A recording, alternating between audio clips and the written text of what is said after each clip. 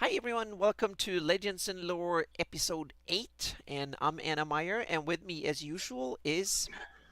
Mike Bridges, greyhawkery.com. No, that's not the address. and oh greyhawkery.blogspot.com. yes, you still keep it on Blogspot. That's Yeah, kind of cool. it's Blogspot. My website kind of crashed, but that's one of the things I can tell. A new site is under development. I have a web developer that will help me Ooh. in creating a new website that we hope can be up and running in like a month or so. And that will be better than the other ones, and will tie in with all the other stuff. So my maps will have a proper home with all the stuff in it. So that's underway, and I will have professional help doing that. So that's one of the things. So yep, that I've been up to trying to save my website. And in California, it's raining and muddy, and It's always yeah. doing something. Yeah, so we always have some sort of natural catastrophe around here, Yeah, and between yeah. then it's just sunny and wonderful. So and then so we have the two kinds, so to speak. So that's and then I've been up to this week. For me, it's been getting big maps into Realmworks, the campaign management tool that I'm using, and also to work on Lendor Isles and Hepmona Land as the current undergoing things. Yeah. So what you been up to lately? What have I been up to? Huh? I'm currently working with Melcot.com Oh, to get my old Greyhawk comic strip kind of back in circulation. oh, that's awesome. Um, like I was discussing with you earlier, Yeah. it's been kind of out of commission for a long Mm-hmm. time. Yep. Excuse me. Um, Yeah, those first ones are kind of really cool. There's a lot of wonderful old stories and tied up in them, so that needs to come out and come back again. They're fantastic. years worth of artwork I've done. Mm-hmm. um, sorry, my throat's going out. It's okay. Yeah, we have to ask the people in chat, the audience here, if our audio is good, because I got one comment that I was low and Mike was high, but now it's starting to feel like it's a little bit the other way around. But I'm looking at the maybe put you down a little bit too much. I think that's roughly we are roughly an average here. So yep, Yeah, how are we sounding, folks? yep. And we're so glad to have a distinguished guest in Oh yeah, Pluffet Smedger the Elder is here watching us, and this is awesome. So Steve thank you Smedger. so much for coming in, and this is great. Thanks for your concern, Bavix. Yep. Yeah, how do I sound, guys? I'll cough right into the mic. Okay. Yeah, that's good. Yep. Mm-hmm.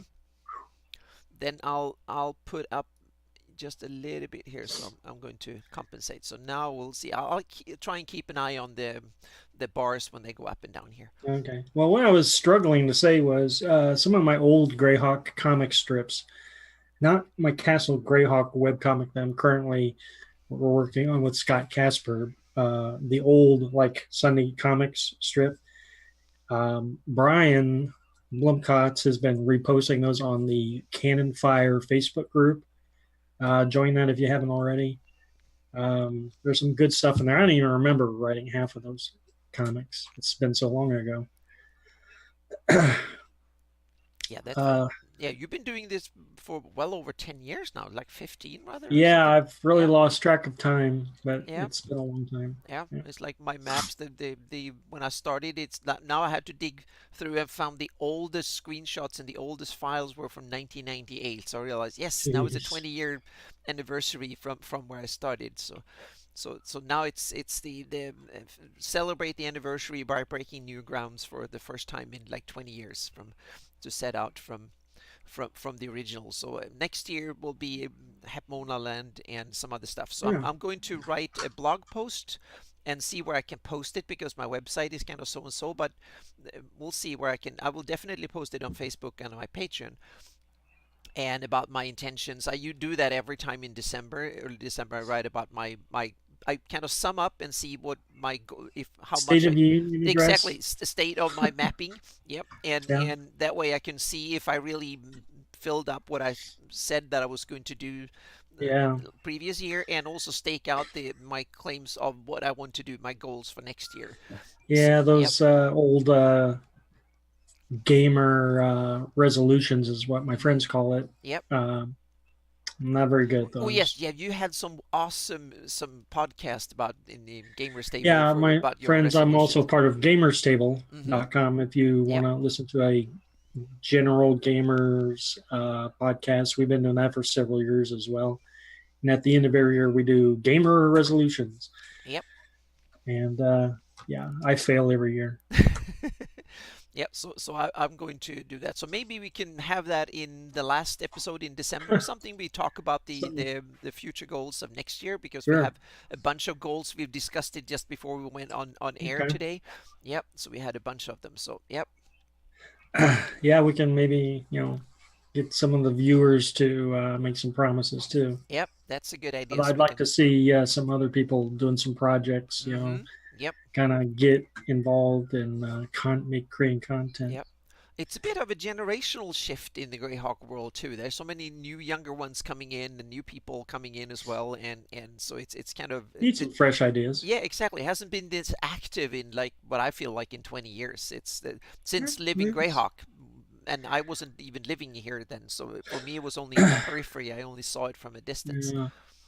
Well, when I first joined Cannon Fire with old Smedger there in chat, Hmm. it was fairly active, but I feel I still even missed out on the heyday of that as well. Yeah.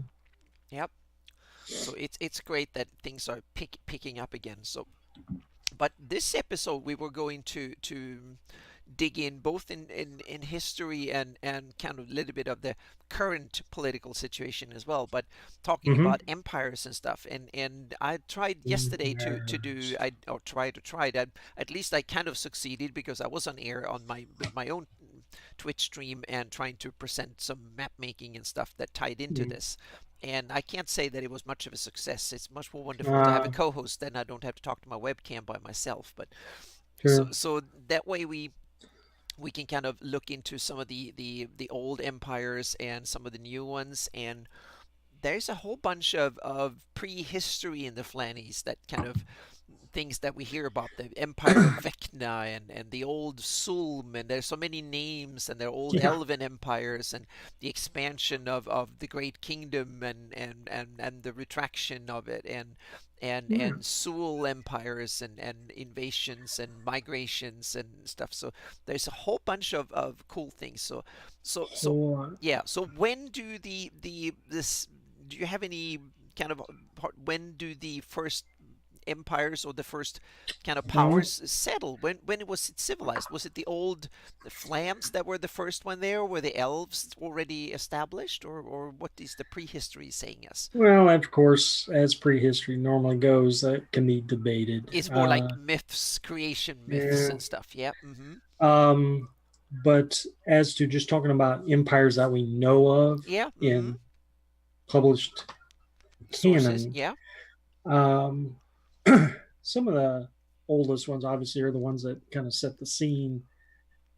The Sewell Empire, Yeah. which we've covered in our episodes on Sea of Dust. Yeah, and the cataclysms and stuff. We Yeah, had the yeah, Baklunish and the Suluas yeah, Empire kind of being a yeah. rivalry back in the day, and this is like 5,000, 6,000 years earlier than the if you go to 572 or I mean, 580 or something like that. It's right, like Smedger's saying, when they were putting together the Living Greyhawk Gazetteer, they kind of left that time period vague. good. Yep, that's But probably you could still, can read between the lines, and there are others who can maybe have yeah, there's a detailed it lot of more. Yep. things you can draw from that. Hmm. Anyhow, like the Sewell Empire, by my math, is 5,000 years old. Hmm. I'm not going to throw out any dates because that's boring, and you Meaning can it's look 5,000 that years since it fell up. apart, or it existed the for five. length, the length of the empire Ah, okay. from Yep. beginning Hmm. to Yep. Hmm. To collapse. the yeah, to the Right, real annihilation, basically. Yep. right. So 5,000 years is Hmm. quite That's damn that's good, even that's by a. Earth I standards. was just going to say that that's a really long empire. It's like Hmm. maybe it's China on Earth that had an empire that was, Egyptian. yeah, Egyptians and others back in, yeah. So it's that. So they were did the Baklunish had an empire that was that established, or Well, was it more if like you a go by cultural? just talking about empires here, we're just Hmm. talking about empires here. So Yeah. their main rival, the Baklunish Empire, by my math, is at best only 2,200 years old. Ah, so they organized and got the political structures in place later, so to speak, and Right. became While there are still Baklunish states around, the empire as we know it collapsed the same time yeah, as the yeah. Sultan. Then yeah, exactly. After the cataclysms and stuff, then it became like the countries we see today that are kind of remnants of their former glory in a way. Right. Yeah, And no one's been able to like bring that empire back yeah. yet. Yeah, and they also lost a lot of their lands to the cataclysms. You have all the kind of the nature and the environment took a heavy toll there too. So they only have that northern rim left, so to speak. That, and now I'm going to see if I can zoom out a bit here, and we're going to switch to the map a bit here, so we can. So we're talking about the western Yeah. area over here. So now it's basically this area that is kind of civilized with organized Baklunish Hey, states. Geek Dice, thanks for joining. We're talking about empires. Oh, hi, Geek Dice. Yep. Mm-hmm. Oh, and there's Bavix throwing out the first difficult Oh, question there. Tuerny, Twerny? Tuerny. Yeah, that okay. I've heard the name. Um, That's about it. Mm-hmm. Smedger, you take this one. I don't know. I want to say he was Airdian. Okay. Yeah. And the Iridians, they came from Backlands? further west, didn't they? And then migrated through or something. Or were they kind of smacked in between? Or how did, I've never really got my that's been outside of my mapping jurisdiction so far. So I kind of they came from the west, just like the Sul and the Bakluni. So yeah. Um, just sticking to the map parameters that we know of, Mm-hmm. I Yep. don't know. I Yeah. don't know. That's exactly. Maybe They there's came in from the west somewhere, yeah. and yeah. So, in my opinion, in the topic area we're talking about, the only Oridian kingdom would be the Great Kingdom. Yeah, and it's kind of interesting that once the migration came in, the Iridians were the ones that organized the best and kind of the not the fastest. You had the Keelland is the first one of the true Keelan, yeah. Flanese empire, so to speak, that rose Well, up first, or maybe they're yeah. older ones. So yeah. Well, let's talk about those two then. Hmm. Keeland started. It was after the cataclysms, the migrations and Yeah. all that. Yeah, yeah. Much more homogenized, the Sul and the Flan and the Orids, the kind of even Yeah, the there was kind of a Demihumans, they all mixed kind of got along.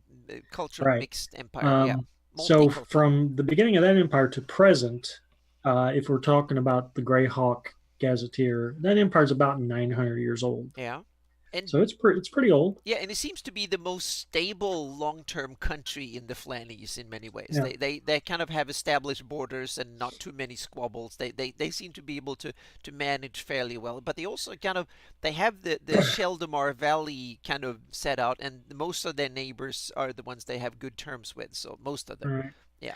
And the Great Kingdom, which is the most notable because it covers most of the map that we're Hmm. familiar with, Yeah. um, definitely qualifies as an empire. Yeah, Uh, definitely. They conquered two-thirds of the map right. roughly on when they were at their peak. And But I would age, I would say the Great Kingdom only lasted 900 years as well. yeah, they started Uh, like 300 years before or something like that. Then right. And then the calendar, the common year calendar we use is theirs, the yeah. start of Hmm. Yeah. theirs. And that's when they kind of almost at the peak when they kind of said that now they have Yeah. universal truth and or peace Yeah. and they conquered But the vast Great stretches. Kingdom Yeah. started to fritter away Hmm. Yep. over the decades and Yep. centuries. Yeah. And the Greyhawk Wars, when it ended, that effectively ended the Great Kingdom. Hmm. Yep. in my opinion, Yeah. because then it was just a collection of different kings, and Yeah, and you know the it was core gone. lands kind of diverged into two. You had the Northern Kingdom and you have the United Yeah, Kingdom of Elissa that right, both kind of fight over who is the true heir of the legacy of the right. Great Kingdom, and the former capital in the central lands is kind of under. They're both contested, and they're also the Rosses is kind of in turmoil both magically and others from the mayhem. Now, I'd like to point out that QLN, I kind of count QLN in the Empire category Hmm. because they did have this big expansionist phase, Yeah. Hmm. which kind of hit a wall Yeah, somewhere they conquered around up like Grand 350. Marsh and Bissell and the others on, Yeah, yeah, yeah. for a while. As soon as they like ran into Valuna and Hmm. Friandi, they could only go out so far. Yeah. And then you had limits. They are like a big valley, so go across the mountains was kind of an expedition thing, and that's tougher than. So they dominated the valley, and in many ways they still do, with weaker neighbors on the sides. Um, Let's see. I'm going to zoom in, move us to the map here, and take a look at okay. the Sheldamar Valley with the Yeah, yeah. Sheldamar, that's Peace Smedger's favorite kingdom. Oh, He's that's wrote awesome. much Yep. about it. Yep. I haven't adventured much in that area, so it's kind of a little bit on the side, but there's a lot of adventures, especially modules, especially in the neighboring Joff and Sterich, or however you pronounce it. They have been kind of Mm. in focus since time memorial in Greyhawk modules. Yeah, speaking of the Grand Duchy of Joff, yeah, they are doing the Greyhawk Channel has announced their first winter season campaign, and it's the liberation of Joff.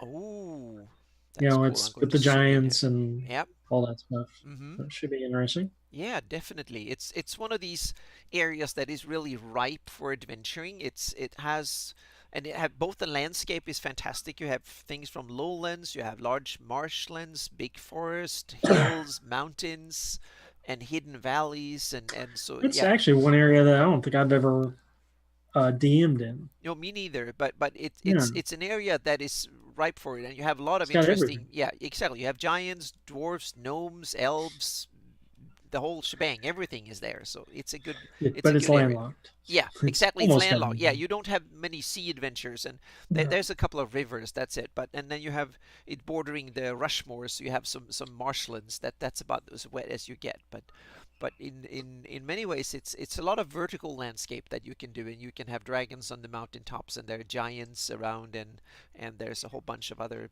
dwarfs and gnomes and forest with elves in it. You have valley elves and stuff next door too. So it's kind of yeah, that's a really cool. But what speaking about, we have new empires or at least mini empires coming up, and one of the ones Yeah, I'm thinking yeah. is the Orcish Empire of the Marsh that was kind of Yeah. yeah. That was on my list, right? So they Hmm. style themselves as an empire. I Yeah, guess as groups exactly. go, that's pretty Would good. they be could you really call them, they're kind of powerful in some ways, but they don't rule much more than one what would be called one country, and then the wild coast that never And really a been half that of organized. another. Yeah. Yeah. But as it's been united by Turishmak, Yeah. Hmm. they Yeah. kind of They have certainly have yeah, imperial ambitions. yeah. And so that would be my newest kingdom that I Yeah. would place around 7 years Hmm. old. Yeah. Not Yeah. very old at all. Hmm. And then we have one other that I would kind of call an empire in many ways, and that's the Scarlet Brotherhood. Oh, you're reading my mind, Anna. Uh-huh. Yeah, Okay. yeah. Scarlet Brotherhood. Yeah, Uh-huh. yeah, because they are very much, they have all the trappings of the empire. They have a vast reach. They have a clear kind of political structure to it, meaning But they that have organized ambition and so on. It's not just but that would have hordes. only Yeah, been since the Greyhawk Wars exactly. to They're the only like a Empire. decade, 15 years old or So something. they're So yeah, new. yeah, Right, right, right. yep. But before that, if you look into the book, The Scarlet Brotherhood, they've been in existence, I guess, since Yeah, these since the twin Sewell, cataclysms. and it's also an undisturbed corner. They kind of carved out Mhm. their existence on the Tilvanot Peninsula that I'm So showing on imagine screen here. that Yeah, it's a kingdom that has 1,000 years of history. In just within the last 10 years, they decide, yeah, we're gonna attack some stuff. that's interesting to see what caused them to shift there, because in many ways they have been kind of the same. They've been a pure Seoul kind of culturally Seoul and so on. So it's interesting why they now change, and all of a sudden it might be that all of a sudden the rest of the world is kind of coming closer. I don't know, but it's interesting. They are one of these hidden forces that seems to they kind of a lot of stories telling that they infiltrate every court in the Flanese with their Yeah, spying so a stuff. place, right, the place that has 1,000 years of development Hmm. and then just springs. Yeah, Yeah, they should be. You think they would have been more advanced or more ready for yeah, something? yeah. I think So the execution wasn't as good as what they had built it up. yeah, and I guess they were kind of they came as refugees. They fled, so they probably took hundreds of years maybe to. And I Yeah, don't know who was there before. Were there Almans or someone um, to who at best, yeah, yeah, yeah, at who ran? best. Yeah, because that was kind of Ulman or Tuov or some like that. And geographically, it's kind of a difficult area. It's a lot of jungle, mountains, and but once they established up on the plateau, they're more or less unassailable. It's one of these empires that have a geographical base that is kind of better than almost anybody else. If all they, yeah, Nebulo's right. They're more like spies and diplomats, Yeah, and exactly. never They, really a yeah, military yeah, force. and in many ways, it's kind of a trade empire. They go around and they build a little bit like the Hansa League That's what they should have done. yeah, Yes. and that's probably what they started, because they've taken these kind of built these kind of small outposts and kind of fenced in the Flannies, the whole We're getting to continent the and end. south. Yeah. Oh, But no, I exactly. want to say, Yeah, the Omen Empire. So I don't know mhm. much about the Omen Empire. Please I'll get to indulge them in a us. second. Yep. But I want to say the Scarlet Brotherhood, ideally, if they had the Lordship of the Isles, they had the Sea Princes. Mm-hmm. They should be the ultimate sea power. They shouldn't have been just trying to conquer lands or whatever. They should have just took those two places and then controlled all trade, like we were Yeah. saying. And Yeah. then when you take all the jungles, Monoland or Medio Jungle, and this is kind of stuff I've done in my home campaign. Yeah. If you control the South Seas, then that makes them rich, economically rich, and Yeah. then They like control. Nebbiolo says, they Yeah. have the spies and assassins, anyways. Yeah, but but that might be another way of because controlling the flow of trade between the Flannies and the rest of the world is very much in the hands of Scarlet Brotherhood now, because it Uh, needs to go down towards Hepona land and then down true. south. That's because east over the Solnor is such a long journey that I wouldn't do that in a fantasy world. In a little, even in the biggest of ships, I would be kind of hesitant to do that with all the Well, nasty so monsters all out these there. trade wars make sense in my head, but I Yeah. don't think it really made sense in the published game sense. Yeah, but on the other We're hand, like the war, rest of war, the war. yeah, but the rest of the world has also been vulnerable. Meaning the other empires on the Great Kingdom kind of disappeared, and a lot of other wars. Ayus came up, and all the other Yeah, courts got other enemies to think about. So they might also be that they're simply opportunists. They saw the chance, they and now should they're be. yeah. Yes. One of the things that was very common in like the Marklands and Greyhawk Wars was how Nairon needs money and Mm-hmm. the Freyani's Yep. strapped for cash because they're Yeah. fighting Ayus. Everyone's poor.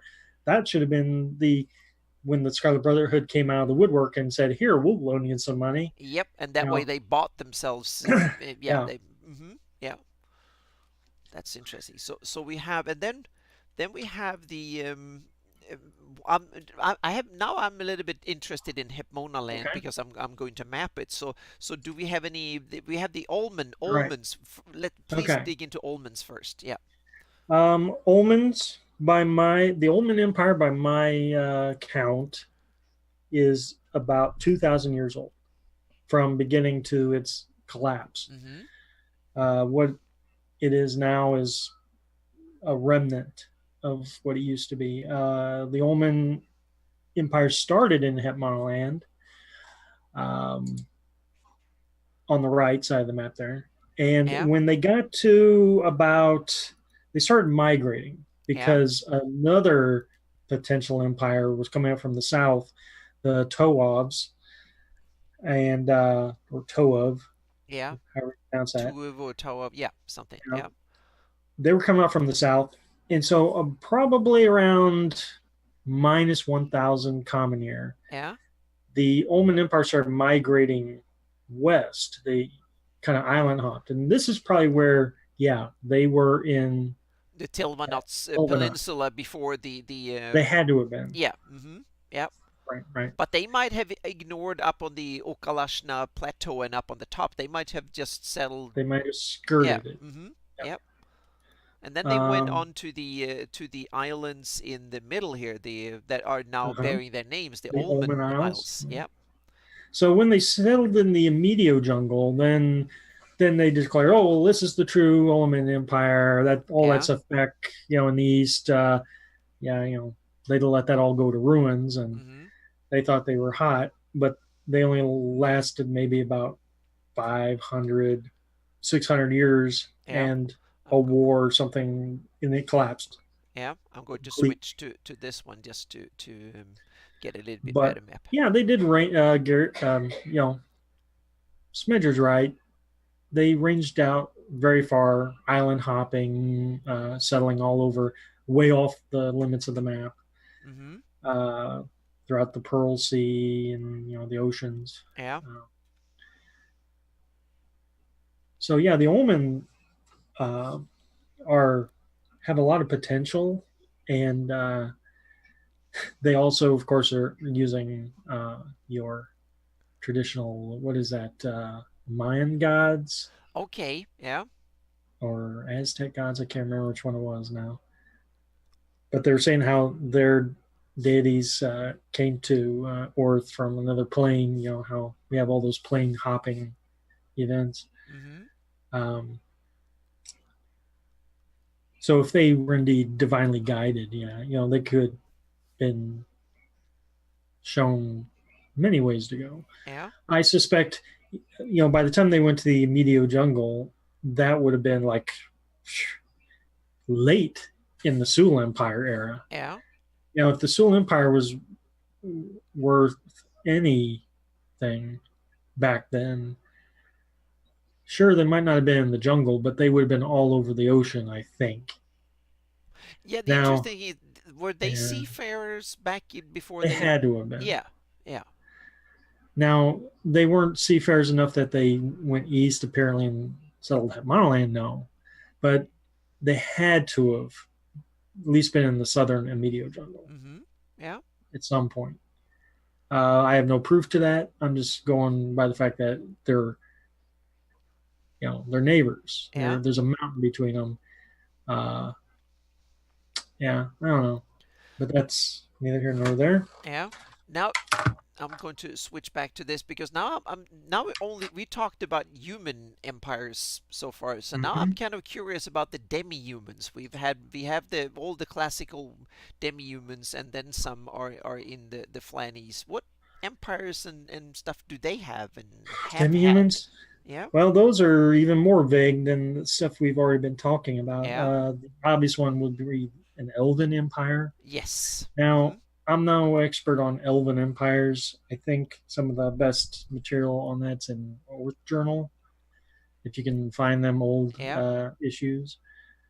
If you want to say that the elves were a collective empire of sorts, like kings and kingdoms and whatever, I think there was maybe like 5 or 6 of them. Yeah. And yeah. yeah, so we're talking like Selene. I was just going to say that there seems Yeah, to be a lot of sources that at least hints to an elven empire that goes from Selene through what is today Veluna and then up to High Folk and the Vestful yeah. Forest. That's kind of a classic elven area of the My Flannies. Yeah, my pet theory is that the Flannis map was much more forested Yeah. before the twin cataclysms Yeah, and the yeah, yeah. migration. I get the sense that originally the forest went from all the way up from Vesvif through here and along the hills and the slopes of the Lort Mills all the way down here. That was one forested area, and then there was some open grasslands here, and then you have in the east here what is today. Uh, the Adri and so on that and especially in the around the Adri was way bigger, and that's what several sources said. So The city of summer stars. yeah, Yeah, yep, and yeah, so which is that now was the probably Coldwood. another Elven Yeah. Empire when probably the whole area from the Grandwood to the Adri and around here was a much bigger forested area. So that might be I'm going to another agree area. with. Yeah. I like to agree with Bavix here that Mm-hmm. Selene is like the remaining nation of this fractured Elven Empire. Yeah. It's kind of a romantic Yeah. thing Yeah. to think that it's what's left of the great empire, Mm-hmm. and it's frittering away. Yeah. Now, as to Smedger saying the elves are not native to the Flannis, Oh, that's interesting. Yeah. Then how long well, back do you have to go to be native? okay. It's I yeah. think what he's basing that on is if you go by the Elven calendar, they are barely, they're younger. Their empire would be younger, Yeah. but about the same age. So we're talking 45 to 5,000 years old. Yeah. So Sul Empire, age. So then you got to think to yourself, well, why is an Elven Empire younger than the Sul Empire, and who's been around first, who taught who magic, and all those questions. Mm-hmm. That now we have Smedger again here with one of that the elves came from the east with Lendor Isles as the point of disembarkation, and that's interesting because we have the islands out here, Lendor Isles and the Spindrifts still have that elven connection, so to speak, really Four strong. kingdoms. Okay. Yeah. Yeah. So in chat, they're saying that the elves Yep. have Mm-hmm. they have planar connections, and Yeah. they can settle other worlds. Yeah, Yep. that Mm-hmm. makes Yep. sense. That would work. Yep. And then we have the Um, next biggest demi-human race, the dwarfs, and they seem to have uh, scattered clan strongholds, basically all over and then you have the Iron Kingdoms and a few others, but they I have got the nothing. yeah I got nothing on yeah dwarves. yeah and me No, I do neither. have some friends Yeah. that are interested in that, but there's no clear history records on dwarven. Yeah, the only thing that I got from research when I've done my map is that the Iron Hills Kingdom is the only one that is an organized dwarven kingdom, so to speak. That And is yeah, mentioned as the name of a king. Then it's like clan strongholds in various mountain chains. But in my campaign, I've solved this issue well, by saying that the dwarves actually instead of ganging up living in one set of mountains, they have portals between there. So when the ah, dwarven strongholds get big enough, they open the clerics open and generate portals, fixed permanent portals to other dwarven strongholds, and that way ooh, they can defend each other and they can trade with each other without having to walk across the whole shebang. And that way they can also, some of them can grow food and they can exchange all that, because if you live underground high up in the mountains, it seems to me difficult to get enough food and stuff. So that yeah, way, that to me, that's the kind of a cool, and that's one of the dwarven secrets that they have these, so to speak. But that's my personal campaign, a way around it, because the dwarfs don't seem to be that keen on going out building empires and going back and forth all over the place. So they kind of ganged up in their strongholds that are very defensible, and that also makes it almost impossible to root them out in because they can send in reinforcement almost instantly from the other ones. so that's pretty so cool. yeah, so that's one way for me to, oh, seven, now we have, it's wonderful, we have expertise in chat here, it's fantastic. Seven dwarvish kingdoms, the dwarvish laws of axe fame. Oh, that's kind of cool. Yeah. Uh-huh. Oh, we have one dwarven kingdom that was destroyed in the twin cataclysms. This is super cool. So then we have to. This is something we should. Yeah. I want to hear more about this. This is fantastic. We need to get him on the show. Yeah. Mm-hmm. I wonder if that Yeah. one kingdom that was destroyed in the cataclysms was in the Sulhat Mountains.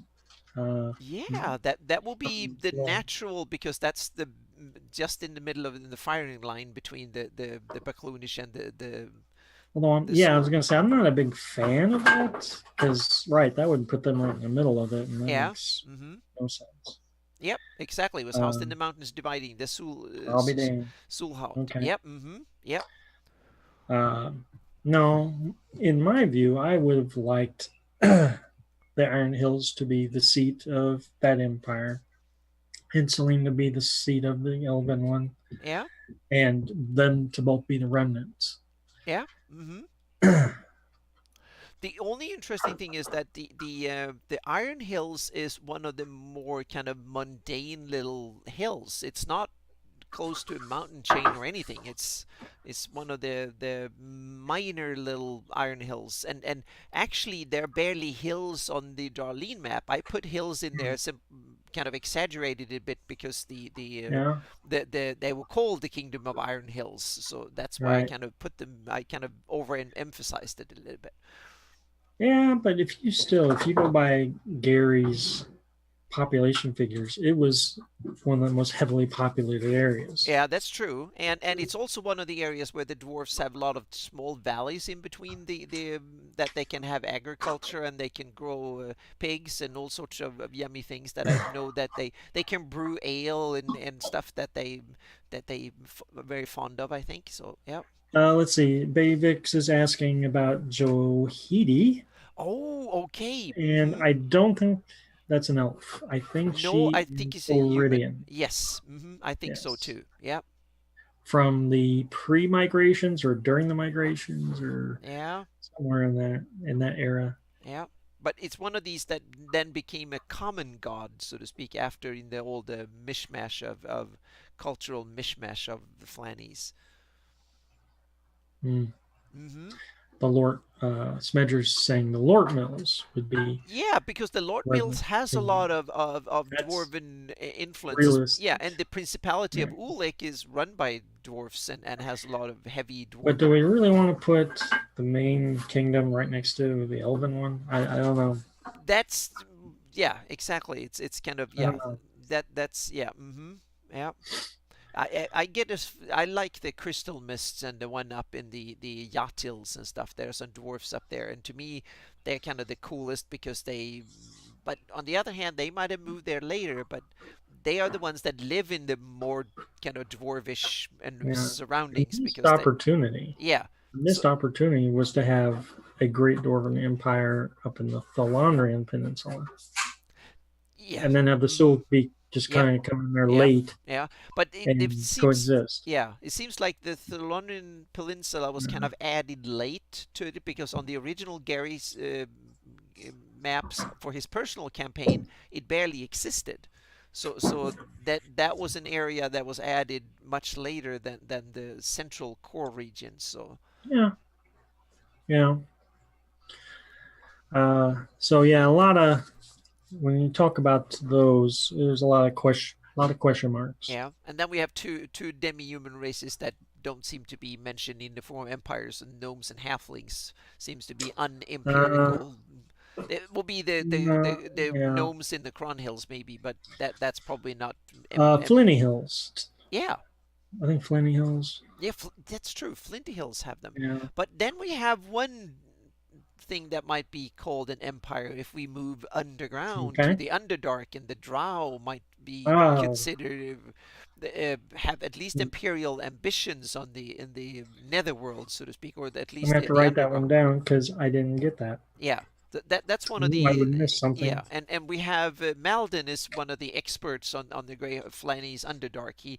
He's the one that mapped it better or more extensive than anyone else. I haven't moved underground much yet, so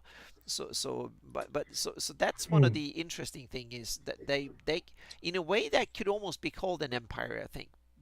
I don't know how well or if they have a central or if each Drow city is they're independent by themselves and fight each other. I don't know.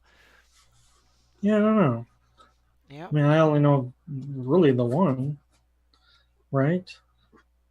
yeah, the Errol Sinlu, or Mm-hmm. yeah, but then I think there was a bunch of others mentioned, but I don't think they're detailed or anything really. But they're around, so yeah, and they're down by the Yeomanry Sterish kind of, yeah, Yes. in that area. And that's interesting because back in the day, the Drows fought the High Elves and the Grey Elves and stuff. So that's kind of, yeah. But on the other hand, they might have moved around. So Yeah, that's added to my list. yeah, mm-hmm. So yeah, we're really rattling off a bunch of kingdoms here, and I still probably we have a few that I could talk about. Yeah, mm-hmm. Please do. Mm-hmm. Well, one of my favorites that we haven't covered yet is Solm. Oh, we go into Yeah, the Bright Desert here. right. So the Solm are a flame kingdom that lasted about 1,200 years. Yeah. And they would have been there and gone probably before the cataclysms. Mm-hmm. I mean, just, in Greyhawk timeline, wise, it's almost like they didn't exist Yeah. as far as the, Sul and the Orids are concerned. Um, but they started by conquering all these other little clan And tribes around them. yeah, and back then the Bright Desert weren't it was not the desert it is today, so to speak, because that seems to be a home of a lot of different old countries and empires and stuff back. And was that also part of Vecna's empire? That I'm not entirely clear on. I do have a note about Vecna's empire, who Yeah, would probably be uh, contemporary with Psalm, or yeah, maybe even lasted longer than Psalm. Um, Flan history is very uh, hard to pin down yeah. because They are in many ways the most of the stuff natives written. yeah, native of the Flannies. Well, Smedger thinks that Psalm's not an empire, but they, for that era, I mean, they controlled quite a good swath Yeah. here. The Mm-hmm. main rival was Itar, Yeah. gone. Like I said, they conquered all the territory around them, so they effectively owned the central Flannis. Yeah. And Mm-hmm. who else is around there is could really compete with them. Maybe across the bay is the Kingdom of Alyssa. Uh, They are, if you know, we now talked about empires that be, if we now think about kind of projecting a decade or two into the 600s and so on, what empires are up and coming? The latest up one on and the coming. stage is kind of Ayus, that has shaped his new big Yes. kid on the block of empires. But I would put my money on the United Kingdom of Alyssa.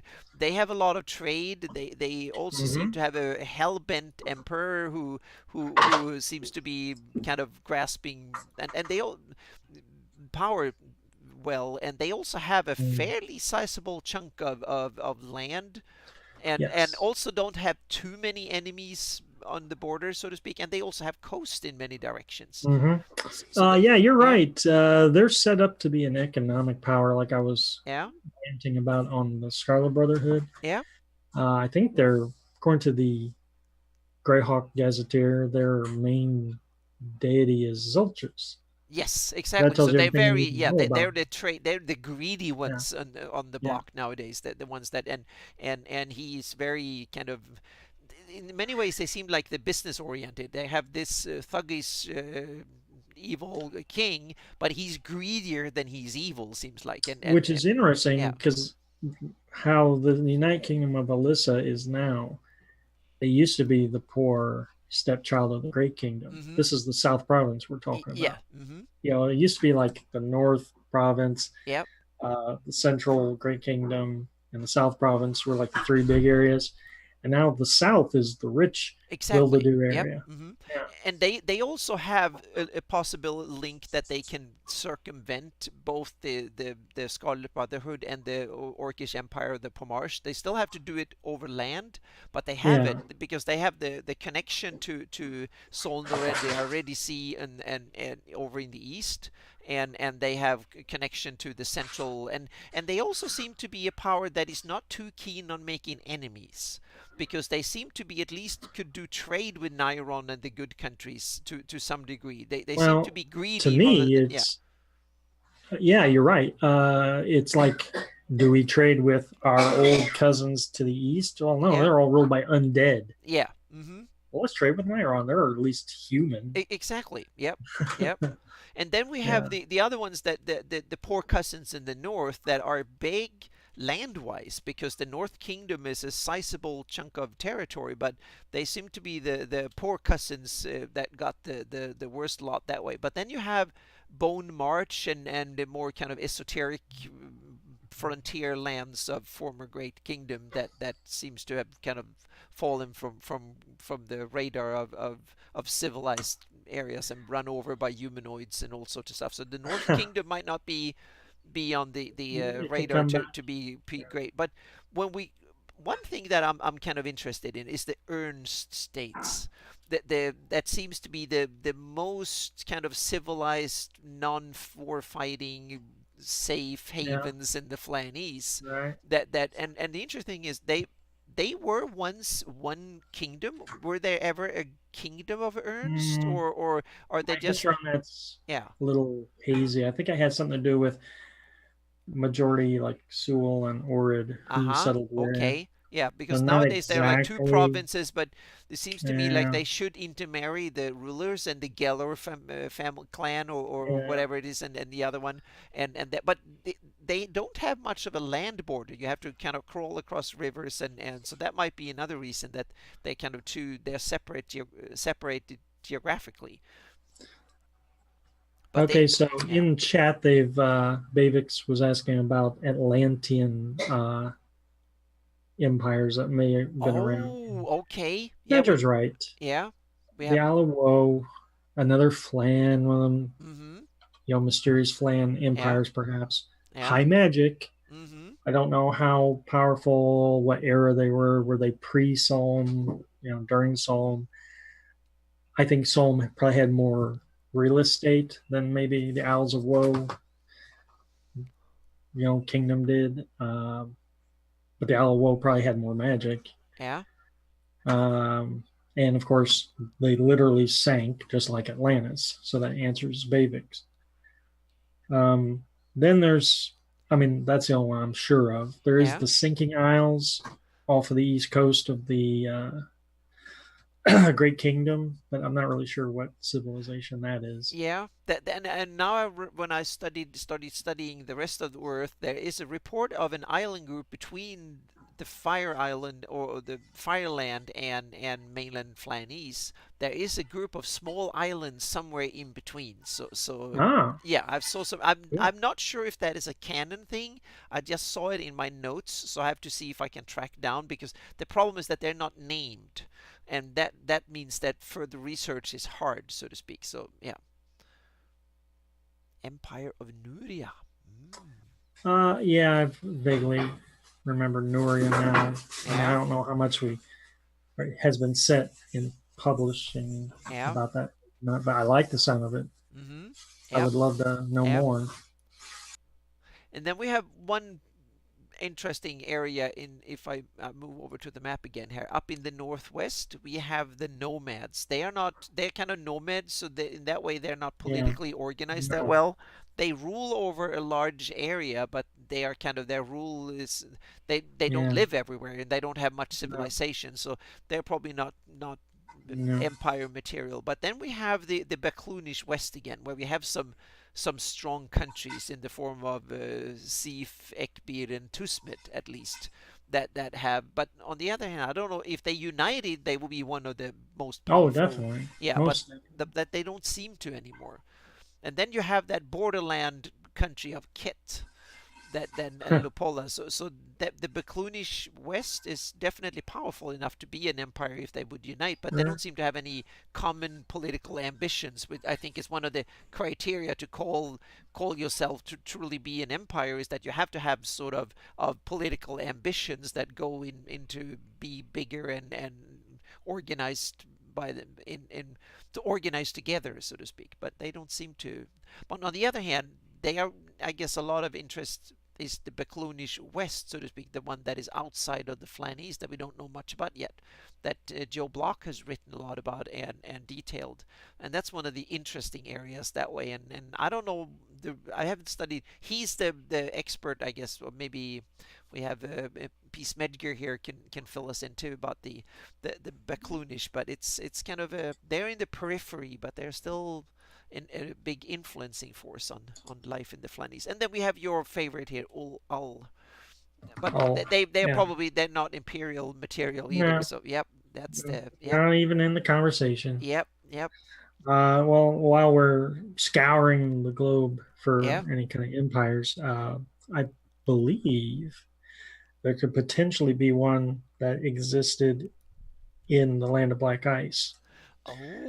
I don't Oh, know if we're necessarily, I mean, that's part of Blackmore or anything, but I think there that's might be interesting. something there Yeah, because the ice may not have always been there.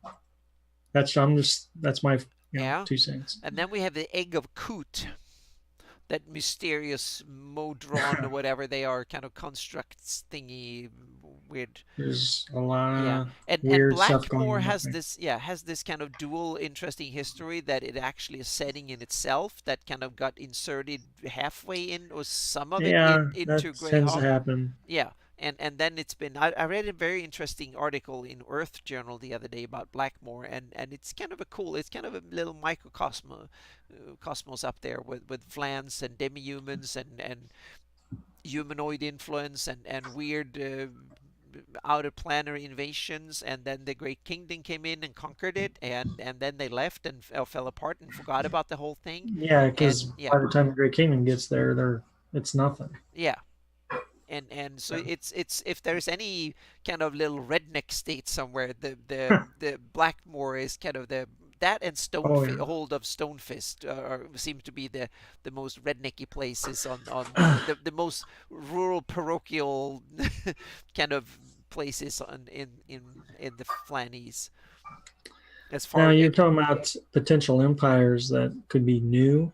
yeah. Uh, the big missed opportunity, of course, was the barbarians of the north. Oh yes, that's very true. They yeah, they could have gotten together Yeah. and raided, organized, and conquered a lot. So yeah, The adventures, Five Shall Be One, and How from the North were yeah, going to set that up. The third adventure was going to kind of unite them. That's how this. It's not really a spoiler, but the second adventure ended with the barbarians supposedly were going to unite and then go like conquer all over the place, right? But then they were like, yeah, psych, that didn't really yeah, happen, and then yep, you never hear from the barbarians again. mm-hmm, But no, they were the whole point of those getting them swords was to unite the barbarians, and then it would have been this huge ass naval, land force, mm-hmm, berserker, some of the yeah, best fighters in the world, and yeah. they could have easily took over whatever the hell they wanted. Yeah, and they had a lot of erratic and the Bone March, probably certainly back then was not that super organized, and so they could have, and then there's a lot of islands down on the east coast and areas, so they could have, yeah, they could have, They could have pushed back IUs yeah, that's instead of true. They could being have gone fooled. west too, yeah, They could have just yeah, rolled right over yeah, Stonefist, yeah, and 10. had they could have Uh, had a huge influence in the bandit kingdoms and kind of organized them and then kind of yeah yeah, moved from there. So yeah. yeah. And we have an interesting in chat, Smedgudella, he found a really cool map here, and I'm going to bring it in Huh. here. And this is the Empire of the Spider Throne, the Vecna Ooh. Empire. So let's see if I can zoom in a bit here. Might not be the easiest because it's just open in the web browser here. So yeah, so we Okay. have to, yeah, so this is the empire of the Spider Throne, and the alliance of Free Flan and demi-humans. And this, according to the image, is from 1700 Flan reckoning, I think it is, or is it Sulwas? Is Flan time? I can't tell. Yeah, But yeah, that's a pretty good map, and it does yep, go to show that yep, his empire was enormous in yeah. scope. That's one of Um, the, Makes Solm look tiny. yeah, Yes. yeah. It's on par with the Empire of Ayus, roughly in geographical scope, and not as big as the Great Kingdom, but not far from it. Yep. So that's super super cool. So this is, Yeah. thank you Oh so yeah. much for this map. I'm going to see if I can remake that on my, put that into one of my maps as well. Let's see, go back so I can see chat and stuff again here.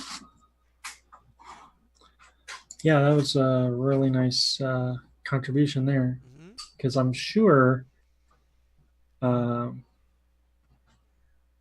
Gary had a plan for that map at some point. Who Yeah. knows? Or if he was just doing it for his own fun. Yeah. Hard to tell. Okay, so let's see. Okay, yep, Uh, yeah, you're doing real job. So yep, just like me back in the day before we got in, nested in MIT. too deep Yeah. into Greyhawk stuff. Yep. That's, yep. So now we covered back and forth on the across the continent, and oh, Yeah, I think okay, I've yeah, quite happy having covered all this. yep. So that is it's awesome. So yeah, I will definitely go in and dig into my biggest thing in the next like 6 months coming up. It will be Hypmona Land, so I can kind of dig into that. Okay, now we have Nebbiolo here. Geographically, Keolan looks like the best place to start an empire. Yep.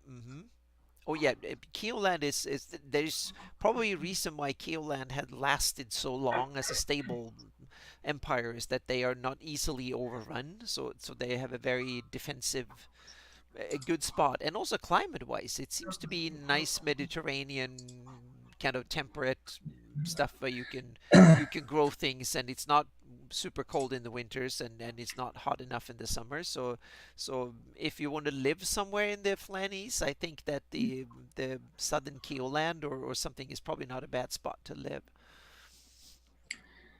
Yeah, Keeland is really been untouched with war, if you think about it, Yeah. besides all the ancient stuff. But Yeah. in more recent history, They Keeland is untouched. Yeah, it was one of Largely. these that Carl Sargent forgot about in the From Yeah. the Ashes. He kind of mentioned it, but that was kind of, he didn't get to it, so thankfully. It's So almost like Keeland is its own worst enemy. yeah, Well, they yeah, might have the Scarlet Brother, or I mean, the Sea Princes, yeah, or yeah.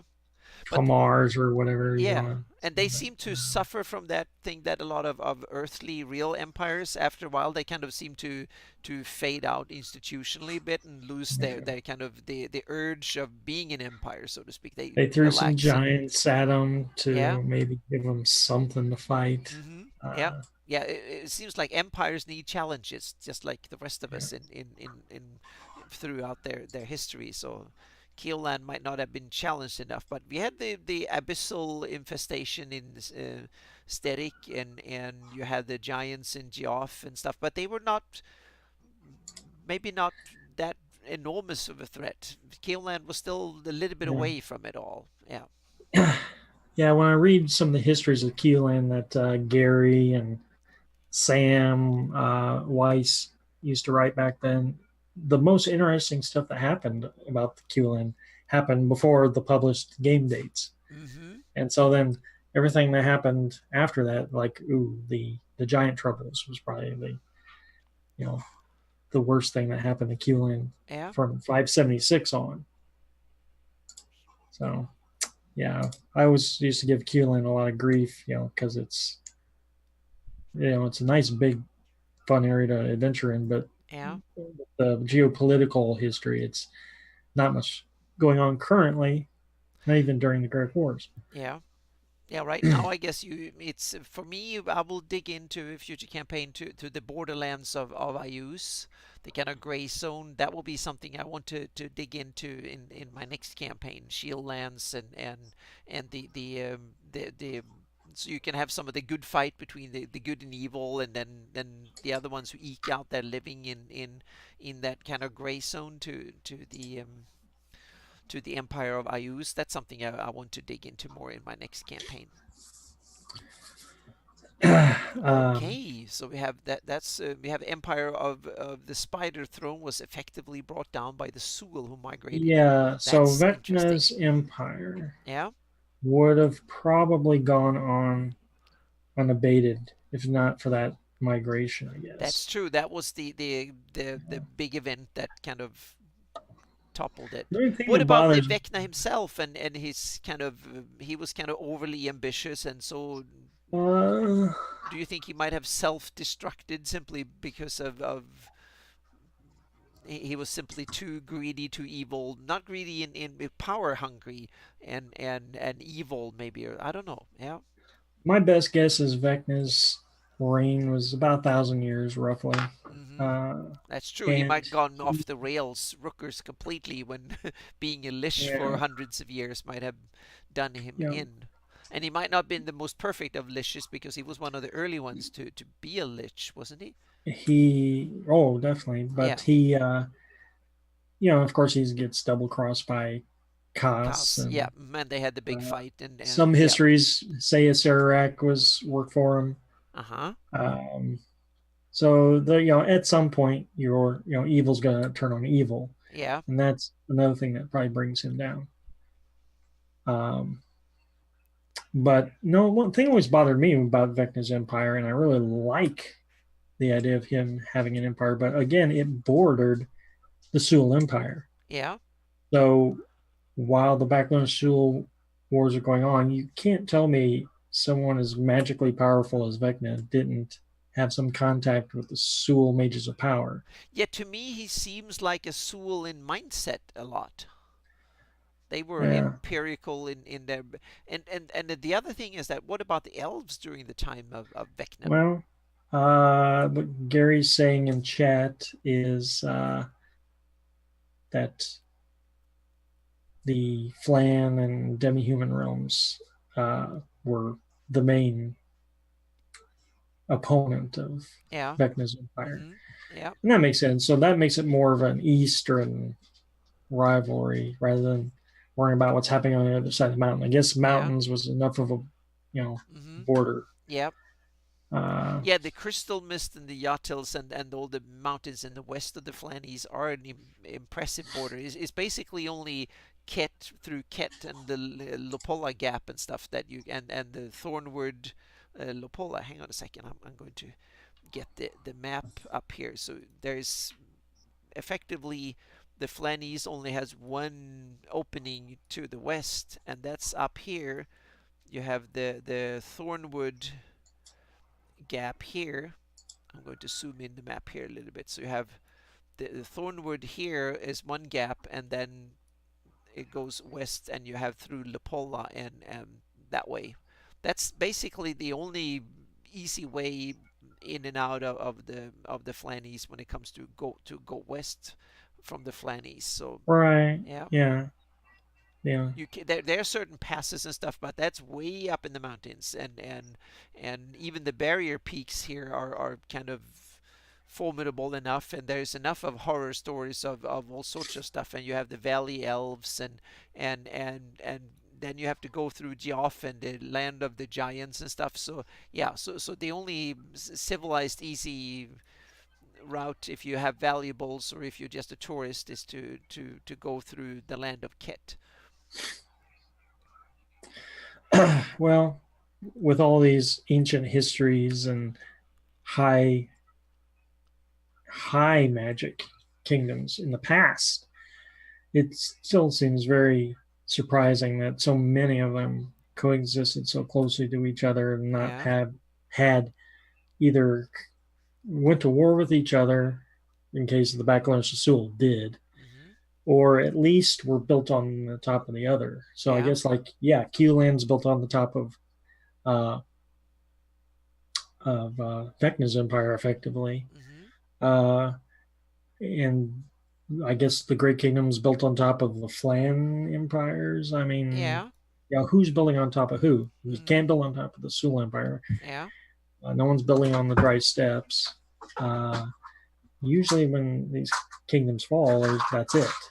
It seems like Uh, there's not yeah, a I got a lot of. good question from Gary here in chat. Is that if I can do yes, and yeah, and I Ooh, plan to, and I great. did a map stream yesterday when I kind of showed the technique behind it using the spread maps.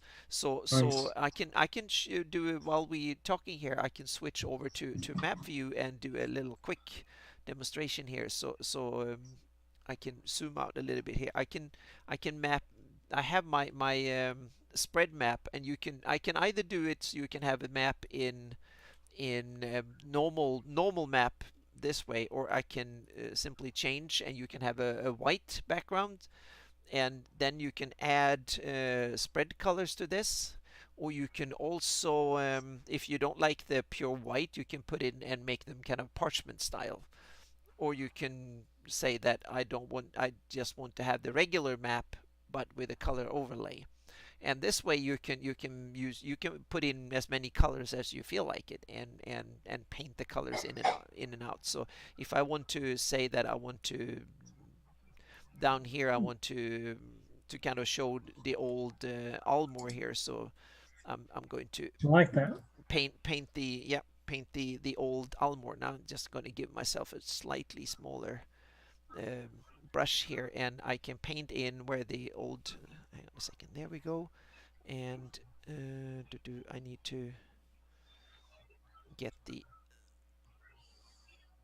there we go, need to get the let's see, pick a color here, there we go.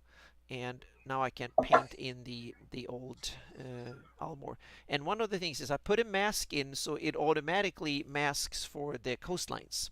So you can just paint away, and we can say around Nice. here we have the old Almor, and we follow the river here. And now I'm just doing it, roughing it here. So, and then Yeah. Oh, I love how that doesn't go over the water. yeah, so you can just go in and in and out, and you can just go and That's paint. that's And the great. and it also, it sits under all the details, so the roads and the heraldry and all that, and you can turn all these layers on and off as needed. So they all live on top here. So if you don't want heraldry, for instance, you can turn the heraldry on and off. This Justin Ludlow wants to know what application you're using. This is Photoshop CC, but this my spread map is a PSD file, and you can get it on my website for free. You can download it. There's three different sizes. One is 8,300 pixels, one is 3,000 pixels, and one is 800 pixels, depending on if you just want to have a quick look at the whole continent and paint in, or if you want to be more detailed. Even the 8,300 pixels, it's not enough. You can read the country names, but you can't read the city names and stuff, but you can see them, so you can kind of get a quick overview of where certain countries and stuff Mm-hmm. is in there. So I'm going to put the link to my website here in. All right. Yeah, I love doing those kind of maps where it's Yep. just you know color coordinated, and I used to do some really bizarre maps. But of course, I drew them by hand. I'm not as Yeah. patient as you are. I would do like population density maps and Yep. stuff like that. Yep. And this is a perfect way of doing it. You can paint in more and less of a color, and you can even do. I like that. Yeah, so, and I have some other examples I'm going to show. So now once I'm painted in roughly, this is roughly the area of the old Almor. It probably went down here somewhere like that. Or maybe I'm probably going too far east here. So probably around here or something like that is old Almor. Roughly there is the old Almor, if Right. if I understand it correctly, somewhere Yeah, it around looks there. pretty Yeah, good. but I have some other cool things here you can add in. I have you can add in an evil infestation here. So we can say that the area around Black Splinter, that kind of the vampire prince that rules there, he starts an evil infestation, and you can kind of paint the evil infestation kind of grows out from it, so to speak. So you can style these layers. Doesn't necessarily just need to be pretty colors. They can be, you can zoom in and you can have like an evil infestation. And if you don't like it that Oh strong, wow. you can kind of make it just like an overlay like this, that kind of spread that looks a bit like a fire kind of burny Yeah. thing. And you can put in things like the afterwards you can put something if you want to add let's see here, Huh. you can have burned lands if you want to have that. We just add a vibrance layer here, and we set the Ooh, so I'm going to delete. that filter would be good for living Greyhawk maps. Yes, They yep, really like destroying yep. parts of Greyhawk. So I go here and I turn the saturation down. So Duchy of 10 gone. yeah, so Medicia you can, gone. yep, you can put in these layers if you Roxas want to have like an gone. undead infestation or something. So you can basically Yeah. paint in like after the fire spreading or something like that. So you can basically put in whatever you want to have in it. So yeah, and language maps. Language That's yeah, maps.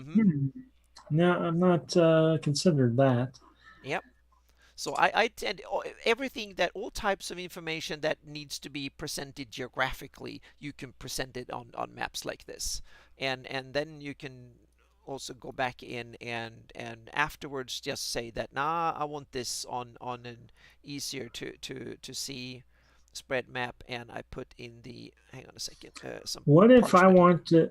Could you do a? I'm using your overlay Yeah. style that you just showed. Mm-hmm. Can you replicate the color of the coastline? In other words, if I want to do a flood map, could Yeah. I push the coast back? Sure. Yeah. Mm-hmm. Yeah. You can. We I can I mean, we'd still basically. show the original coast Yeah, underneath. we yeah we can I you can put in blue, and I can make you can we can take, let's see, let's do that I love quickly here. flooding. Yeah, I love we flooding the map. It's let's yeah fun. let's do like this. We let's steal the current layer and all layers here. We take off the this and we steal a blue color here. Should we do that on the Yep. regular map or the spread this map? Oh, where you're at now is fine. Okay, we do it on this. Then I go in and pick a color here. So I pick this color. Hang on a second here. Yeah, a map of the Rennie um, migration patterns. I bet Yeah. they travel like in circles Mm-hmm. all year long. Yeah. So now I can go in here and put I can simply flood this whole layer with blue. And now I put a layer mask on this. And now I can go in and paint.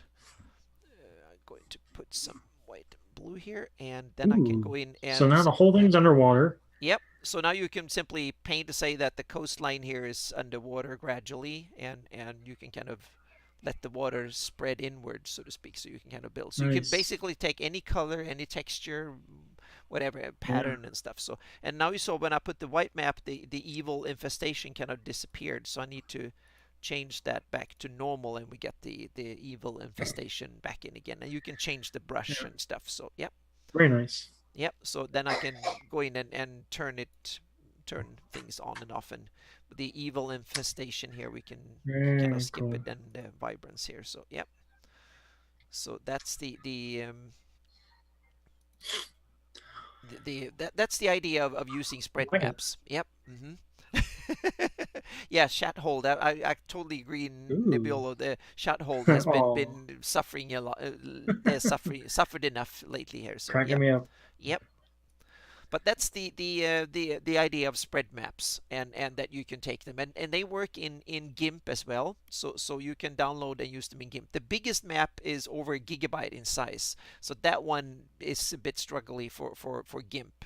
But the mid size and the small one, no problem. Yeah, then you can use them, and you have all the layers are there, and you can just start using the masks, and then you can just add more of the colors as you need it, so to speak. So there's you can put in dozens of different colors, whatever. You can change the if I go in here, so now you have this much opacity, but I might say that nah, it's a bit too much. So you can just play with the opacity here, so you can kind of just make a hint to them collectively, because you can simply say I want this much political, and even if you want to do this, you can kind of add just a faint little thing if you want to make notes on it, or you can simply boost them so you want full colors. That's as needed. And the same thing with when you put the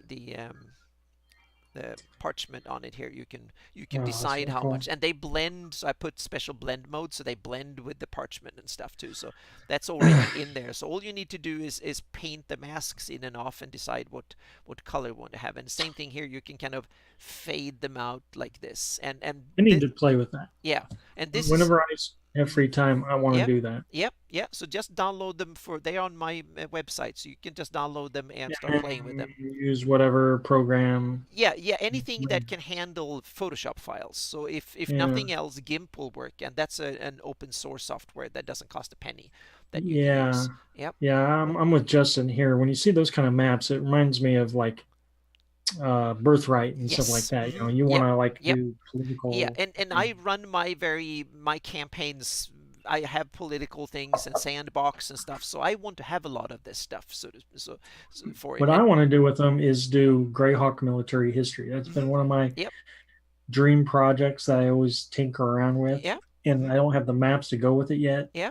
But with this, I could Yeah, do it because I exactly. With want to this, you show have like all the data, and you can yeah, hide certain data. layers. You don't want the borders, and you Yeah, can also, if you look at it here, you can the same thing. All the other layers are you can kind of, so you have, if I go to borders here, for instance, the borders are also separated. So you have you don't want local borders, so I can take away you see the local borders here, or I can say I don't want, I only want national borders and not provincial borders. I can take them away, and also mm, then I can the borders are now just pure red, so to speak, the national borders, right. and full opacity, but I can kind of hide them gradually. So when you see a few seconds, you can kind of tone it in and out. The same thing goes with heraldry or whatever. You can simply have them or not have them. All the data, that all the symbols and stuff from the original map is here in small scale, in small resolution, but you can hide it or Crazy. show it as needed. So I don't want the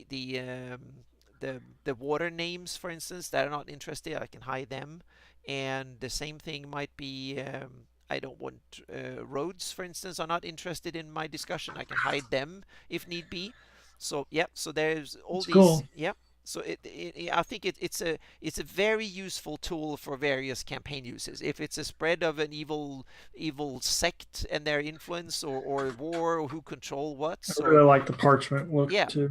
Yeah, you can, yeah, so you can turn in. This is cool for making good handout maps. If you turn out this and you get the white, it's perfect if you want to put additional text and explanations and stuff on it.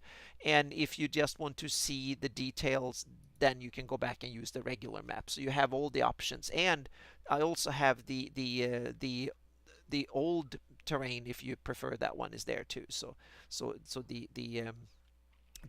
Crazy. the old one. There's still a few people that like the old better than the new. Sure. Yeah. So you have all the options. So it's kind of a really neat tool. I needed it for so long, so I took a week and sat down and exported all the data and turned it into Photoshop layers and added transparency and blend modes and stuff. Yep. Yeah, you just turned like decades worth of mapping into something that you could just change like that. Yeah, because this you You can did all the actually, yeah, work on the you can, original. yeah, I do map. I use Mhm. this on the fly in some of my game sessions, simply painting in stuff like, oh, the one army advance and conquer a little bit. I can put that in, or I had evil in or undeads, how they spread from the city of Rinloru, and I can point that out day by day where they were hunting around and stuff and so on. So, yep. It's crazy. hmm Yeah, the size of the biggest one that is 8,300 pixels. That's the one I'm using here. It's 1.3 gigabyte. So that one is kind of, you need a beefy computer or and Photoshop to use that one. But the mid size that is 3,000 pixels is about 300 megabytes. That one will work on most software and most computers. And then there's the tiny one that is only 800 pixels across. It doesn't have any of the heraldry and the text and the road layers and the borders, but it's perfect if you want to show where wolves live in the world, or tigers, or for continental type of data. That's the one Right. to where you can easy just move over. And then you have the masks that for coastlines are there automatically, so you can limit whatever you paint to be either just coast over land or over water, or you can simply turn the mask off and you can paint anywhere. So that's built in too. Yep. Speaking of heraldry, I don't know, for those who came in late, next week we'll be talking with Brian Blumkotz, Yes. Yep. and he does really good heraldry, Yep. Greyhawk Yep. heraldry. He's come up with he has several of his creations are on my maps, and yeah, he's great. So he's an Hardby expert Good a topic. heraldry aficionado. So yeah, Mhm. so I bet that both Hardby and heraldry will be on the top Can't for the wait. topics.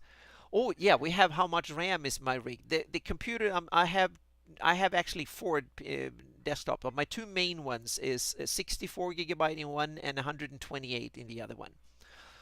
So the ones that I've shown this right now is 64 gigabyte RAM in it.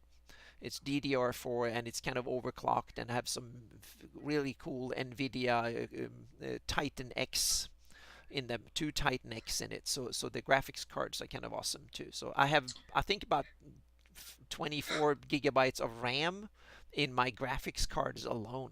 Yeah. So Mm. it's kind of, yeah, it's kind of a beefy computer. But when you work with graphics that are 50,000 pixels large and He's millions got a of good polygons, setup. then yeah, then you need a lot of I'm this. on a laptop, Yep. and I just got this laptop, and I'm still way behind her. Yep. Yep. So I will do one of my map streams. I'm going to clean up my office, and I'm going to present a little bit of the technology What and day some are of the. your map streams? I did one yesterday, so I'll see what could work with the Greyhawk channel and stuff. So I did Wednesday evenings, but we'll see. I didn't have that many visitors first, but I Okay. will love to. I'll try my best to continue them and hopefully get more, because that will be not so much talking about the Greyhawk setting, but it will be map technology. We'll be showing stuff like this, what you can do, and things like that. So yeah, it will be map What focused. category were you using? Like, was it Dungeons and Dragons? Was your category? I mean, sometimes on Twitch, what categories you Oh yeah, I use use Dungeons and Dragons, attract. and I Okay. tried to put the keywords in there, but the problem is that there were nothing about Okay. maps or cartography, or maybe I Okay. should use 3D graphics. But the problem is that then I get these that only wants to do things for video games and stuff, and Mm. that will be a little bit counterproductive, because even if I use a lot of the same tools, it's kind of a little bit on I'm using it's different target groups. I use the same technology, but with a different goal or different objective. Yep. So Bavix, you use Photoshop a lot. Mm-hmm. What kind of what are you doing in Photoshop? Yeah, that's interesting. Yep. Mm-hmm. Yep. Yeah. Photoshop is one of my go-to mainstay for a lot of stuff, and for spread maps like this is the perfect tool for it. So yep. Hmm. So yep. So Yeah, I feel like I'm behind on specs with yeah, you need all but you volume. can get good specs in a laptop these days. So yep. But you need it. You need to get your campaign management tools, your all the so you can run your games online and all that Mm-hmm. stuff. And Yeah. and that's one thing that we should talk about in one of the future, maybe next season. To if you want to play in Greyhawk using modern digital tools, what are the options and so on? Because it's kind of a little bit tricky. I run a Facebook group that I started just to see reach other for others to dig in, because a lot of the digital tools are great for gaming in general, but Greyhawk, we have our specific gods and ethnicities and monsters and spells and stuff like that that needs to be entered in there, so to speak, and that Right. creates it. Well, Yep. I'm no expert on any of that. By the way, Icarus just showed up. About time, man. Oh, cool. Yeah, we have another graphic specialist and artist here. Yep. Yeah. And okay, so Bavix, you used to do professional cartography. Are we talking like Oh, fantasy cartography, or or are you talking real about real photography. world Yes. cartography? Yes. Yep. Awesome. Now I Oh, got a Facebook, Bavix. Now I know who you are. Oh, that's yeah. wonderful. Dinner with Shane. I'm Yep. jealous. Yep. Oh yes, you have to next Gen Con. We have to Of have course, a big you get hadn't had together. a good time until you had dinner with me and Anna. Yeah. Be ready to drink. Yep. Yeah, you drink for me. I'm terrible at drinking. So yep. Yeah, I was just making that up. I only drink beer. Yep. Yeah, that's Uh, basically what I do too. So yep. that's cool. So So we but got now, some yep. artists here. Yep. So now we dug deep into Uh, to mapping here for a few minutes. So that was I always love that. So any tangent that involves maps are kind of yep. For those who came in late, like Icarus, we talked in length about empires of the Flannis, and we talked about maps, overlays, and that's what we're kind of dwelling on right now. Is we're talking about mapping and Yep. computers and things. Yep. We got into that. A lot of my comic art, you're talking about Photoshop, a lot of my mapping and comic art and stuff I use on a, still do to this day. I use a knockoff Photoshop program called Photo Deluxe that came with a scanner of mine from years ago. And it's a Windows 98 program. I still use And Windows you can 98 still for my you artwork. oh wow. Yeah. Yeah. I am a Luddite when it comes to programs, but I'm getting better. Yeah, well, I'm thank working on you, Rodian6. I'm going to it. Ooh. see if I can dig in here and, yep, and Yeah. follow me. Follow Anna Yep, Rogen. He yep, has all the hmm cool maps and tools and yep. And I'll try and my first Twitch stream yesterday was maybe not that much of a success because I only got a few comments every 10 minutes and I didn't have anyone to talk to, so it kind of faded out a little bit. mm. But this is yeah.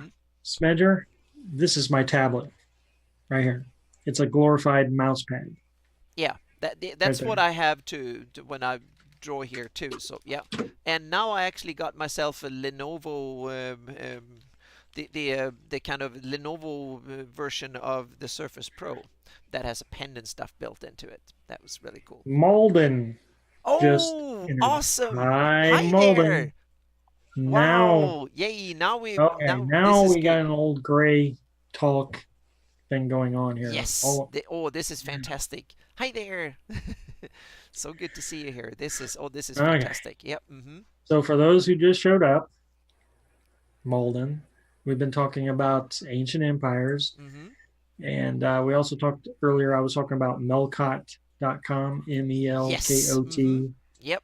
Malden is the host of that site.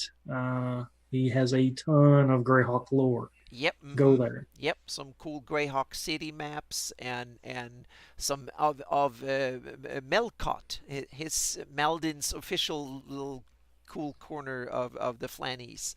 Yep. So yeah, having Malden and Smedger in the same room together, that's a rarity. This is fantastic. Cool. Now we're back in business here. This is awesome fun. Yep. It smells is like probably I just use cologne going here. nuts here. Yep. Oh, this is yep. This is fantastic. Yep. This is so cool. Yep. Correct, Dave. It's the best Greyhawk City map and sewer map ever. Yes, definitely. Yeah, we'll see if we can topple that in 10 years or something like that. We can have a better one done. Yeah. I actually did an expansion on Malden's map. We took a huge piece of graph paper. And we continued out mapped, the countryside. Yeah, we continued out to the west of the walls and just like added more we subdivisions and built we on need it? to have look into that because we need to have a for the next season we should talk about the city itself and its Oh, wards and stuff and right. dig into some of that because then we need to have it so you can share your screen as well as I do and we can dig into stuff like that Yeah. so that's Well, that that's thing's a, rough, though. yeah. We Oh, but drew it I have some rough in stuff that colored I want to pencil show and to you. everything. There's Yeah, no scans of it yeah, or anything. yeah. I have Yeah. some stuff from back when I lived in Sweden, like 30 years ago. I have some sketches of City of Greyhawk. First, when I read the first Gord books and Saga of Old City and stuff, I kind of put it in there. So yeah. Okay, Icarus has a really good new topic to talk about. Mm-hmm. Yeah. This is a really good one. Where are the art museums of the Flanas or other cultural centers? Uh, Oh, that is very good Besides question. Yeah. I, the obvious. yeah, the obvious before would be Rossi's until that fell apart because they Oh, that's probably not what I would have thought. no, but But yeah, meaning, you're but right. yeah, It's older. the center of the empire Yeah. capital, so to speak, seemed to attract stuff. At least political art, meaning What big if it's in Real statues and Astra stuff. instead? Yeah, but then we have a bunch of other stuff, other cities that I think are centers. I would say that Neoldra in the Keelland, wouldn't that be a Perhaps. been around forever and they've had chance to establish a lot. And what about the elves? Don't they have things in like Um, Instad and Highfolk that will be old? well, they're not sharing. If No, no, they I do, didn't they're mean they're not sharing. sharing, but they're holding on to it, so to speak. Yeah. Yeah, Bavik says a good point. Realm Yeah, Nord, we know in the future has a big university and they do that's all the true. And cultural we have stuff on the planet. Pluffet Smedgir the Elder is Yeah. seated. Yeah, so that is Yeah. yeah, that's yeah. Mm-hmm. Yep. Yeah. So we have, and yeah, then of course we have the other big metropolises, Greyhawk and Divers. Uh, yeah. Smedger mentions cathedrals and things. Yeah, maybe Ooh, someplace that has a lot of yeah. temples on Mm-hmm. that would be a That good that's yeah. option. That's a good. Like, Then Chendel might be a place of that way in. Chindle is a well designed place, but it's still Yeah. kind of young, isn't it? Yeah, it is kind of. He's probably been there for a couple of hundred years only. But Divers is probably I would put much more because that used to be the capital of Right. the original capital when they broke off the Grey Kingdom, and it's also a metropolis that had lots of money and stuff in it. Rich people seem to they Like, hoard stuff like that. So Greyhawk City. But I was thinking one city that there's hardly mention in these, but still a big city is Radagast City. yeah, That's one. It's one of the big trade very big metropolises city. in there. So And yeah, it's been relatively untouched by war. yeah, exactly. Yeah, yeah. So that's one that to me it's kind of interesting that it's one of the big metropolises. And then I have one of my old favorites is Rel Devon.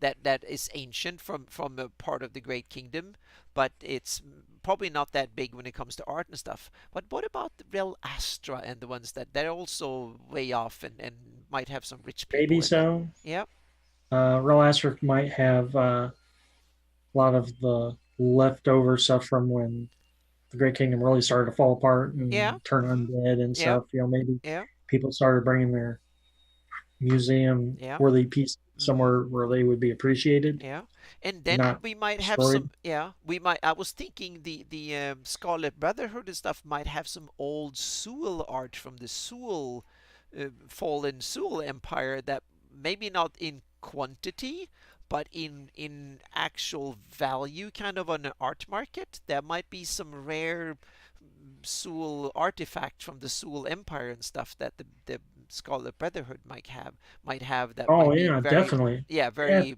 that you can almost base a campaign on. They want to sell it or that someone stolen it or something like that. So Um, yeah. I don't know if it's already been mentioned, but if we're just talking about like art, collecting, hoarding information, I don't know if Smender's already mentioned it, but um, the silent ones of Qland Yeah. are Hmm. very notorious for Yeah. taking that stuff and hoarding it. And Yeah. they're not sharing it. Yep. but they probably have some really good art Hmm. and magic and Yep. kind of. Just like the elves, they sit on their treasure and Yeah. they're kind of yeah. Okay. When do you think Eward's mystical organ might gotten off to? Could the Silent One have it? Yeah, that's an interesting thing. I think I remember something. Hang on a second here. I Hmm. need to dig in back to my map again. I'm having visions now of someone playing the mystical organ down in the basement of the Silent Tower, Yeah. and Hmm. it's like it's supposed to be the Silent Tower, right? So why would you put a magical organ in there? Yeah, but there But might be like, an irony in it, that it might yeah, be that they put a silent spell outside so you can play it without disturbing the yeah, neighborhood or but it would be something. even creepier if maybe it was at the top because the Silent Tower is supposed to be like ridiculously tall. So what Yeah. if it was at the top and they could play it and it would broadcast really Ah, far out? that's true. Yeah. Yeah. Yeah, yeah, Yeah. spooky.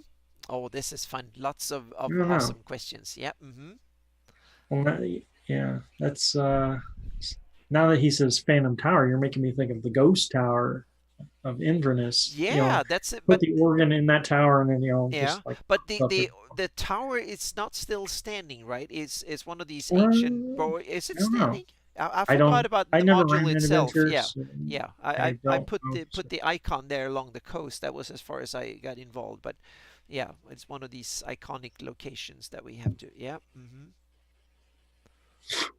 Um, These days I will say one of the biggest art collectors around at the late in like in my campaign, like 598 or 99 or something, is probably the Overking Savener in Karlstrand, because he now has the money and he's kind of hoovering up a lot of stuff. So if one of the art buyers and collectors of large right now, late in the Flanese history, is probably the Overking Savener, that has both the money and the ambition of getting all the trimmings of a great empire. And I guess a lot of art and impressive palaces and statues and all sorts of stuff is probably coming Another with it. one that should have been obvious to me is Iron Gate.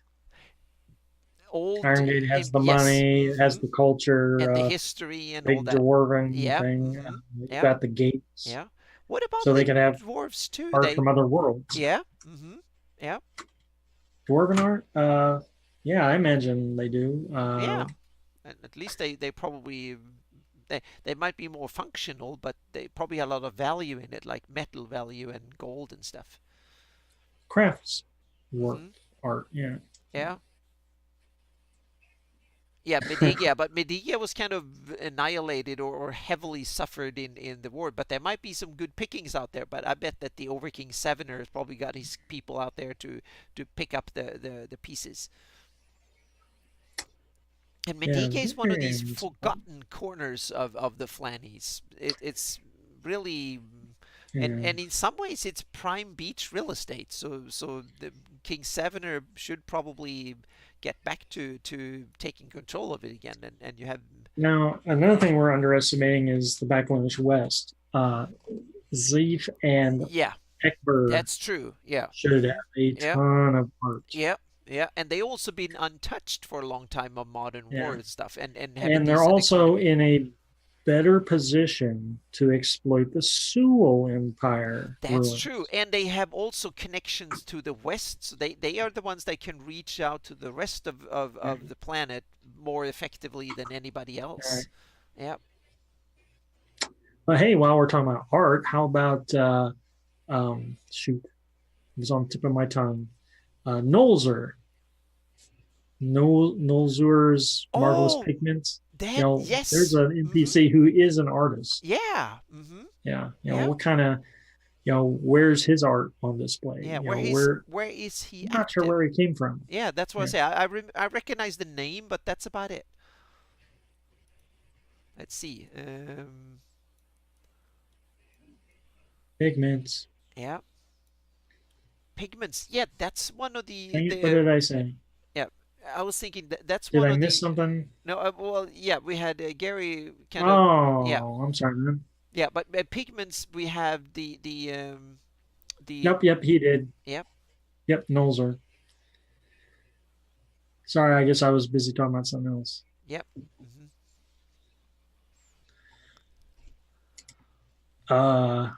Man, I lost my train of thought Oh, there. now I need So, to get my camera so focused again here. Come Nolzer on. was. So, What did he have to do with the silent ones? I don't know, man. You'll have to yeah, the take the silent ones, whole. I'm not sure how well they are in the art world. They weren't they kind of wizards kind of organization or something? But Yeah, that's outside my area of expertise, so to speak. They have some sort of or tower. Or, yeah, that was sorcerers. yeah. Mm-hmm. Yeah, I don't think it's like necessarily a wizards group. Um, oh, okay. Ooh, that's interesting. Yeah. Well, Mm-hmm. okay. The silent Yeah. ones, if I remember right, they hoard Sewell artifacts. Uh-huh. They want Sewell stuff. So, uh,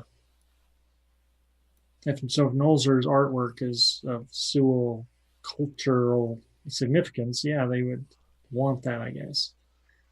Now that we're talking about the silent ones. So now you're making me think about the Seekers. Yeah. Mm-hmm. Talking now, they would be hoarding some artwork. Yeah. It's not really a city per se, but as a collective group, that's the point of that group is to collect rare stuff. Uh, Okay, now we have such a lively discussion here in yeah, the they're just chat. It's throwing out the awesome. big names Yep. now. Ooh, Mm-hmm. Oh, we have Zagig, the most infamous mayor of Greyhawk. Is yeah. yeah. Well, okay, Mom's right. The silent ones are mostly concerned with magic, Okay. but Yeah. in your searching for magic and in ruins, you're still going to come across the artwork. And I Yeah. find it Mm-hmm. And unlikely spell that books is kind of a they're going work to of leave art. behind. Yeah, and spell books is kind of a work of Yeah, art in themselves. Yeah. yeah, yeah. Oh, hey, I found a Sewell spell book in the ruins of the Sea of Dust and all this other artwork. I'm just going to take the book. No, they take it all. Oh yeah. Mm-hmm. Yeah. Okay, had Sagig collected a Magic. lot of art in the Greyhawk He ruins. Yep. does Mm-hmm. have a nice museum. Okay, Yeah. cool. Yep. It's Didn't he all have? over. Yep. Yeah. Yeah. It as to published art museums, yeah, if you want your players to run around through a dungeon that has some really weird artwork, that would be the one to do, Yeah. as I recall. Uh, Maybe that in Mar Castle. If you remember from Mordenkainen's Fantastic Adventure, there's a big tapestry with the the minaret building and the demon, picture.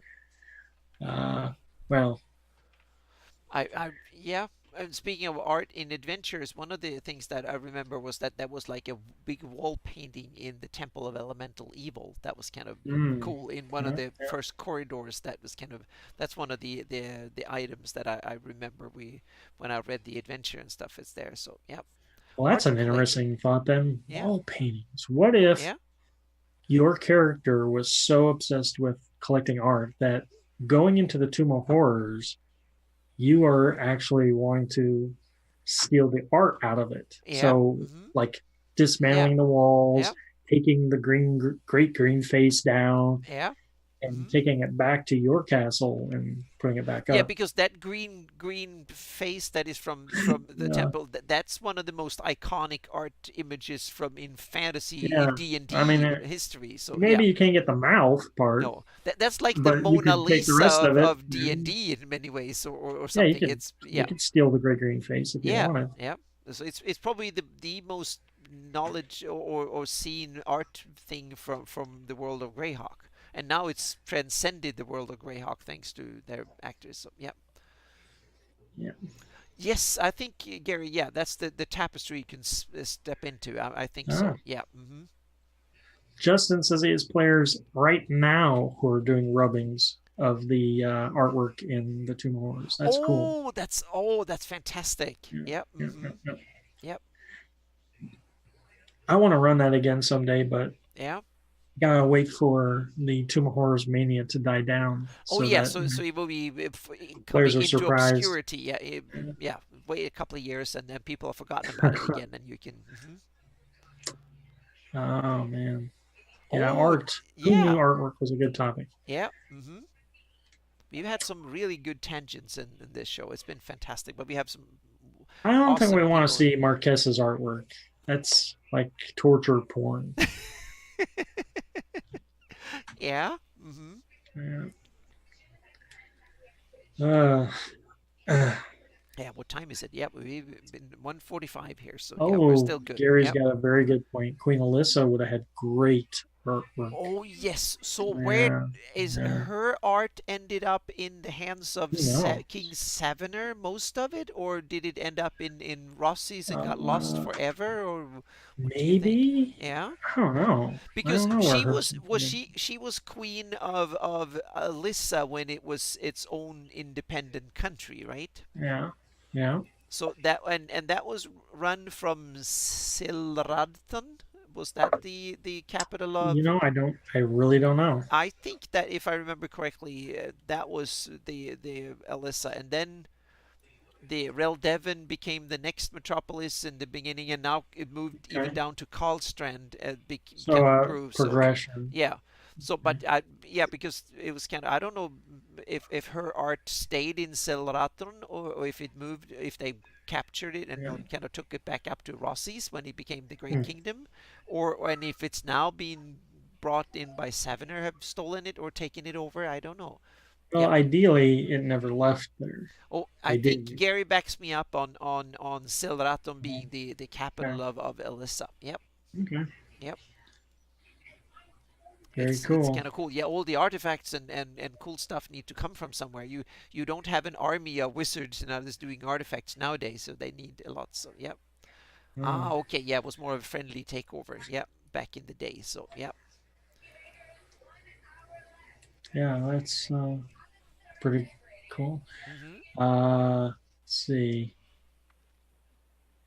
Justin says they get paid for each rubbing, wall rubbing that they do in the Tomb of Horrors. That's interesting. Yeah. Yeah, yeah, I like that. Mhm. Cool. Yep.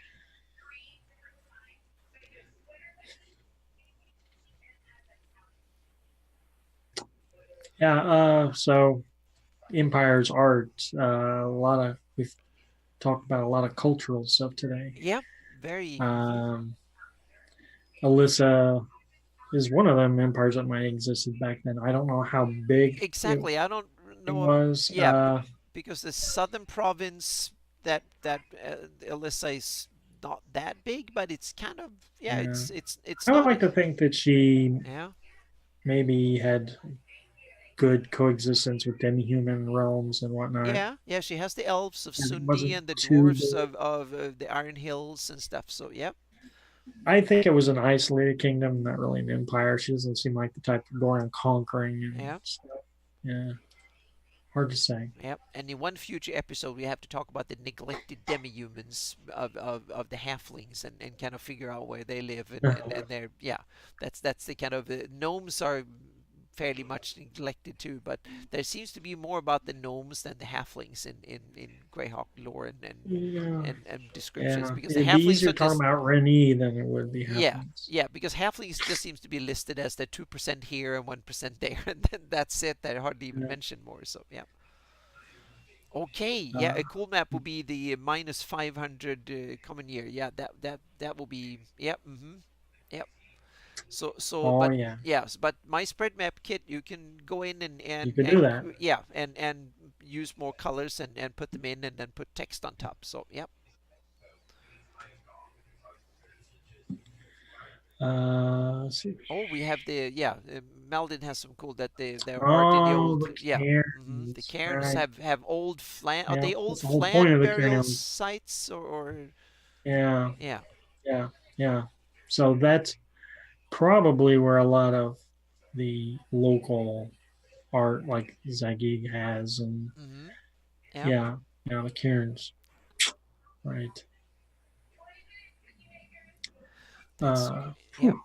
So now we have, yeah. Now we'll see if we have any questions outstanding, and also we haven't set a topic for next week. We are usually Okay. kind of well, we next week we have a topic. I was going to say we have Brian on for next week, so Right. it will be, yeah, a lot of Hardby and heraldry, and probably a lot of other stuff too. But that will It's be a some of the, For three of us mhm. being there, I don't know if we'll have to have too many No, topics. I think 'Cause- we let Yeah. we talk to Yeah. Ryan about the stuff that he's really into will be the main thing. So now I need to round up and ask you a little bit. Do you have any other Greyhawk projects and stuff that you're working on right now? What about the comic and other stuff? Okay. Castle Greyhawk comic with Scott Casper. That's linked on my blog. You can find Yeah. it. We're down to the last two pages. Ooh. I think I did page 26 recently of chapter 5. Yeah. Um, yeah, two more pages, probably be over by ideally by the end of the year. Um, 5 enormous chapters. He's kind of been collecting them all into PDFs for each chapter. And I guess when the whole thing's done, Yeah. it'll be good Lord. I haven't even really counted how many of those I've done. I'm going to estimate, um, though it's going to end up being somewhere like 150 plus pages of Greyhawk Wow. That's artwork. yeah.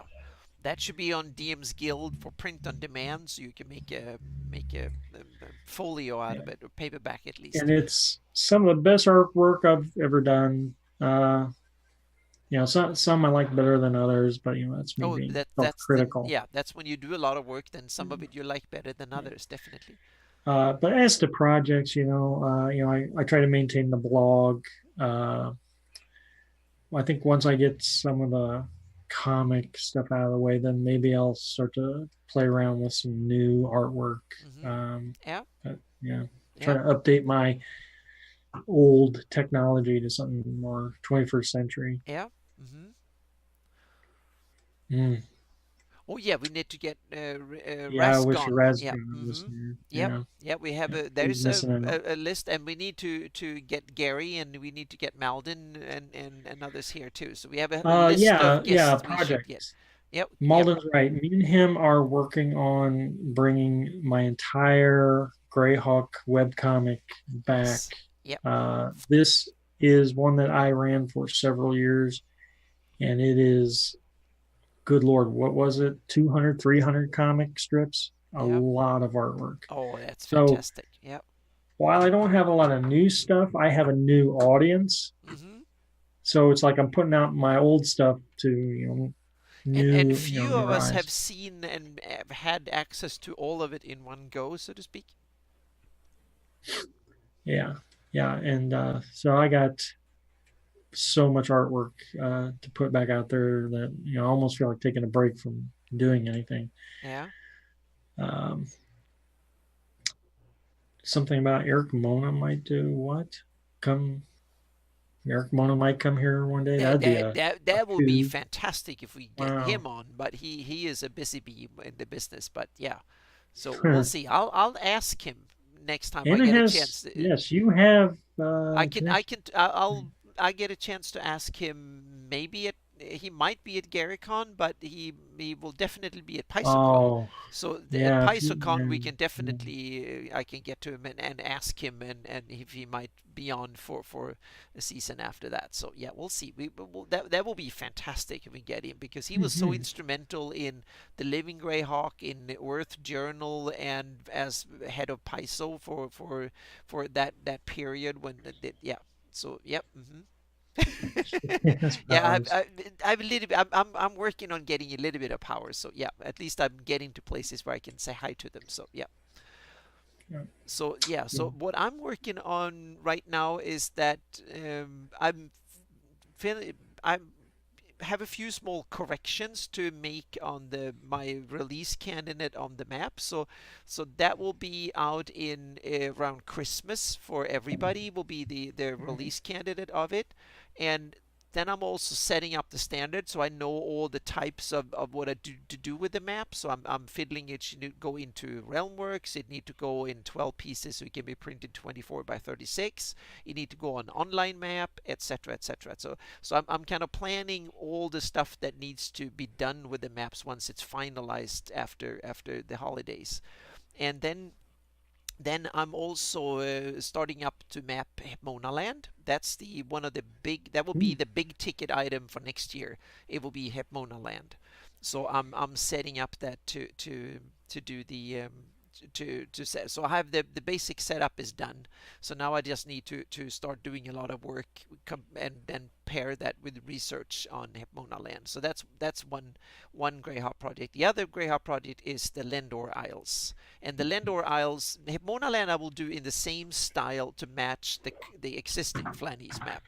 But Lendor Isles I'm going to map in new standards, so to speak. Fully 3D, really high resolution, about 100 feet per pixel instead of a quarter of a mile per pixel. So that will be fully featured, and it will use GIS technology and stuff. So they will be presented in a whole different way that will make it much more usable and versatile. And that's a first kind of to establish the standard to go for the future. So yeah. It's gonna be so you're gonna be able to see every little cave and Well, if tree. it's a possibility you can take it, but at least you will be able to see individual houses. That's Oh, roughly the scale. Yeah, so cool. you can So we see. could do Malden scale Yes. zoom Yep. ins. Yep. This, That's yeah. So you have yeah, it as a base for your city maps and stuff. So yep. That's the so you can zoom in a little bit and then do detailed for cities, and so you can put in nice. more like so. So will be a house will be an individual pixel basically. So about 100 feet per pixel. That's the resolution Cool. I'm aiming for with that. So Hipmona Land and Lendor Isle going forward in parallel because they it's two different tracts that that does it. So those two are the big ticket items for next year that I definitely want to have nailed down and done. Hopefully, maybe even in the first 6 months if I'm lucky, to have that, because I have a big Cobalt Press project done too that is going to be done in spring around April, May. I'm not really sure. I'm supposed to have it done then. I'm not sure, and it's probably the big Kickstarter thing for Cobalt Press next year. So I'm involved in that already. So that takes more than half my time. So the Greyhawk is roughly 1/3 of so a couple of days a week. That's what I do Greyhawk. But hopefully after next summer, if my patron is kind of keeping kind of getting it a little bit better and better, then I might be able to do way more than half the time in from next fall and onwards with Greyhawk, and that would speed up things a lot. And the other thing I want to spend some time on is to do a rough overview of the whole planet, so I can place Flannies properly, so to speak, and get more grip on Earth. But that's kind of an ongoing project. But I want to have some sketches and stuff on the whole planet by next year too. So those are the three main things. Oh yes, Spine Castle is one of my absolute favorite locations. Yep, Gary, you're completely right. We need to. I want to talk to you about that one because we that is one of my favorite places to map. Is to the yeah that pass. I want that as one of the iconic locations to do a 3D overview of the pass and the Spine Castle itself and the surroundings at 10 feet per pixel or something like that, so we can get all the details. And I want a landscape photo of that valley with the castle in it. Yep. Oh, awesome. We need to definitely talk about that and do stuff like that. Yep. That because that's one of the really cool locations. So yep. Yeah, I wonder who did those illustrations. Yeah. Hmm. Yeah. We have to dig in and see. Yep. Hey, Oh, Dwayne. I the don't know if you've been watching for a long time, uh, but that's a great question. yes, Throw a in. very great question. Yeah, do we have any dragon empires or dragon run empires? Yeah, dragons. Good topic idea. Mm-hmm. I might do some research on that. Yeah. Let me write that one down. Yeah, we have the one of the obvious candidates for dragon empires or emperors in or empresses in the Flanders will be Dragotha, Mm-hmm. Uh, since she's at least have a lair in there, and she sure. seems to be one of the most powerful dragons around. And yeah, like Smedger says, Yeah, no, yeah, there's exactly. no Nothing dragon obvious. who Yeah, exactly. Nothing obvious explicitly comes. Yep. rules. It's an awesome idea. Yep. Yep. Uh, And I think that in my campaign there's like plenty of scope for dragon empires further west, so to speak. There's plenty of yeah, scope for dragon like ramparts. Icarus says, Yep. that's definitely far out west. Mm-hmm. Yep. Oh, Iron Malden's, Gate. Ooh. I know. Well, uh, yeah, And then maybe. we have the hidden. We have Greyhawk dragons. Mm-hmm. Jeez. Yep. That's not the same. If they're not, Oh, you if mean people don't know they're dragons, then worms? don't count. Hang on a second. It's the I have it here. It's the hang on a second. Council of Worms. That's That's all the the worms. dragon campaign. I have the box set sitting up on the. You still have that? I used to have that, Oh, and I have it here I don't know up what on the. happened Hang on a second. You can talk a little bit, to it. and Okay. I'll dig up, Uh, get up here and get it. yeah, I'm not really, was never really a big fan of dragon cultures, but maybe it's something to revisit now that in fifth edition, Dragonborn are a viable playable race. So something like what Dwayne brought up is worth revisiting. Yep. Good job, Malden. You just spoiler, just gave it Yep. away. Yep. So there's some booklets and stuff in here, and there are adventure booklets, and then there are some fancy artworks. These kind of cards with character sheets on the back. I think there's I a haven't opened this island. in more than Ooh, 15 years. I that bought is it cool. new and I barely opened it. So So Council Worms is in case someone here doesn't know already, it's a campaign where you play dragons. yeah, mm-hmm. Or Uh, half dragons or it's something. So yeah, its own world. I don't know much about it. yeah. And there's some Uh, encounter tables and stuff like that. This is when that golden age of the boxed set era. yeah. And let's see here. Then we have some big poster maps and stuff.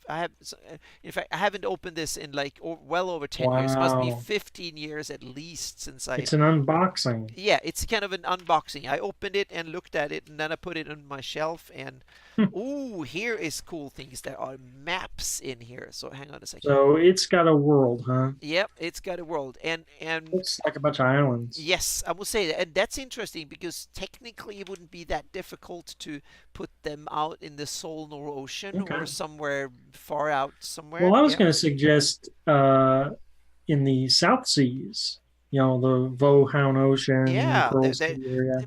Earth has a lot of oceans that are Mhm. far away from continents that you can play with. And here are some other be doing unboxing. This is kind of not Greyhawkish, but anyway, now I've got a side tangent. It's not that often I dig into it. Here is hang on a second, I have it upside down here. Blood Island Chain. Yeah, so we Interesting. have all the different dragons in a on a Hmm. poster, a big poster here. And some of these, yeah, they're kind of, yeah, all the different types of dragons. And there are some sapphire dragons and topaz Huh. dragons and some of the Yeah, other ones. Karak swooping in with some info there. So it's a Oh, player cool. location, Yep. not Mm-hmm. native to Yep. Earth. Well, Oh, yeah, thank you, Linda. Yep. Mm-hmm. that's a good one. Yep. And let's see what's more in here. Now I'm doing an unboxing of this. So, yep. See you next time, Justin. Come again. Yep. Yeah, definitely. Thank you so much for stopping by. And then more maps.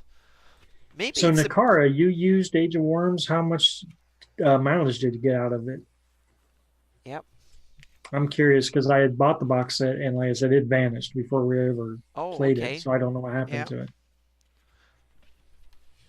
And then we have something here that is, oh, these are the dragon clams of the and some dragon letters Wow, and all they kinds have of posters in their there. clan marks and stuff. This is It awesome stuff. sounds very ambitious. Yep, Yep. It was And what that golden era of the boxed set that got a lot of it, and then it's some sort of a did I blue say Age of Worms? Council of Worms. Council of Worms. Yep. Hmm.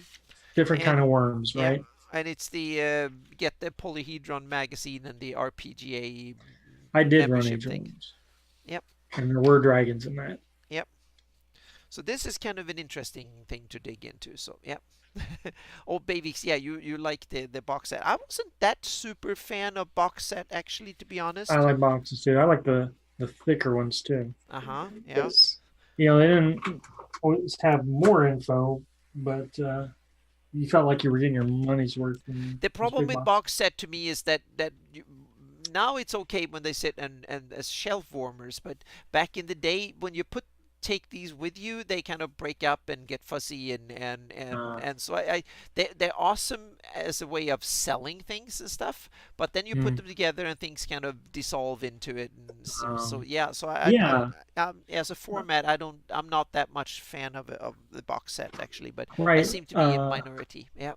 Mullen mentions the Planescape box set. I still have that box somewhere. Oh, I Uh, think I do mm. here somewhere too, but it's sitting on some. No, I The only thing I actually, have behind me, yeah, if you see, is my Greyhawk box set and yeah, my yeah. I uh, think I lost City of the Greyhawk, box. Yeah. and Oh, sorry. Go on. my basic and Hmm. expert. Yeah, yeah. I Uh, lost the box to the Planescape, but I have all the contents sitting here because I just put all the yeah, small. same, Yeah, same. and I have the Planescape was books full out. of these kind of small 64-page booklets. There was no hardcover. There Right. was just. Yeah, a thin little Yep. booklet and a big box, Yeah, right? yeah, there was like 40 of these tiny, it's like half a shelf, this much of Planescape Like stuff. that poster map of the Outer Plains was Hmm. artistically amazing. Yeah, yeah, You Planescape could had some functionally draw abs. the Yeah, planes. yeah, Planescape It's, has some, and that's yeah. one thing we need to have an episode where we talk about the planar connections with Greyhawk and where we put things in and abyssal influences and hellish influences and all that. Well, if we talk about Gates, maybe we'll talk about Gates sometime when Yeah. Eric Mona's on here. Yes, That's that will his. be a cool thing. We have to, yeah, we see if we can lure him in to talk about, yeah. Yep, that's kind of awesome. So, yep, that was a big tangent for the third big tangent for today. That's kind of awesome. Yeah, Yep, it's where were you guys an hour ago? exactly. Yep, yep, I'm burning through all my material, and then you yep, guys show up at the end of the. yep, yeah. No. That's cool. So we have to start later. So, yep. Oh, Fading Lands. Good one. Oh, yes, that's good. Yep, Jot that down too. yep. This is Fading fantastic. Lands. Yep, perfect. That's an extra layer for Anna's maps. It's like, oh, okay, you did the whole map now. Hmm. Now add the Fading Lands Oh too, yeah, and the Underdark and the levels, Underdark. and oh yes, there's so Oh, many other no. cool things to add. So yeah, I'm thinking, I'm already thinking on how to depict the Oh, Underdark, give it good, how to visualize it, so to speak. First in 2D, but also how to visualize it in 3D. That's kind of cool, and how to do with it. So that's, yeah, and then how to play to map out of Elton planes and stuff too. Vortex. So yeah. Oh yeah, they're throwing out some good ones now. You need a Oh map yes. Yep. of magical places. Yep. Definitely. Actually, that is one of my ideas for a map that I had on my blog about a year back was to do a map of all the ley lines of Greyhawk, like where all the magical hotspots are. Then use my spread map and paint them in. Yeah, Yes, that would yeah, be perfect for that. Yep. yeah, Hmm. yep, Yep. yep. And also we Ley need the lines. rules of the ley lines, meaning what kind of magical influences and effects and stuff do they convey. That's important. I don't know much about ley lines, but No, but then we need to talk about Wolfgang Bauer because he implemented them oh, in Midgard. There is, oh yeah, oh, so okay, yeah, okay. he's there are ley lines all over the place. So yeah, so we can look into that. That's one of the, and I haven't read much about ley lines in Midgard has tons of them, but the and extinct rules and stuff, and they can use for transports and magical influences, all what it is. But in the Flanese, I haven't used them really. I have some magical areas and that planner things and stuff, but not ley lines per se. Malden, you did the maps for the Greyhawk Underdark. In your Yes, opinion, is the Drow an empire? good question. Yep.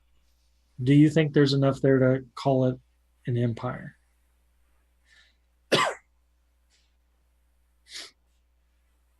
Uh-huh. Oh, Let's do Kirk it. Yes, Wackford. Bavik's thinking like me. Yeah, let's spelljammer out here Yeah. and map the moons Yeah. and Oh, well, yeah. But you see, we take one planet at a time. The planets are big places, so yep. I call dibs on the grinder Mm-hmm. just because it'd be easier to draw a bunch of little asteroids. Yeah. Um, yeah. The capital, if it is a capital city, is large, but is it to be implied that there are other vaults spread out over a network? I don't recall. Yeah, We know that, they're more than one, I think. That was like yeah. a bunch of them, and but I don't Well, know we how. know Yeah. that Lilith's demon web has ties to other planes Mm-hmm. That who too. that she rules, but is the vault the only place on Orth that she Yeah, rules? and would Is she be it the an emperor? Then in that way, it's probably Yeah, it's part of her empire, and she has yeah, her ambitions and empire. conquers. So then it would be like Ayus. Then she definitely an empire. So yeah.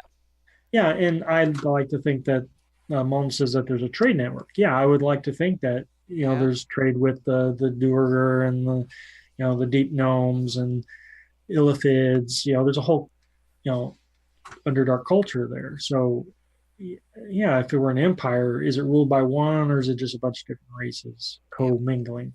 Yep. And Gary just gave me a cool kind of thing to think Oh, about. yeah. Imagine eclipse shadows on the map. Ooh, yes. Mm. Mm-hmm. So many ideas, little Yep. time. Mm-hmm. Yep.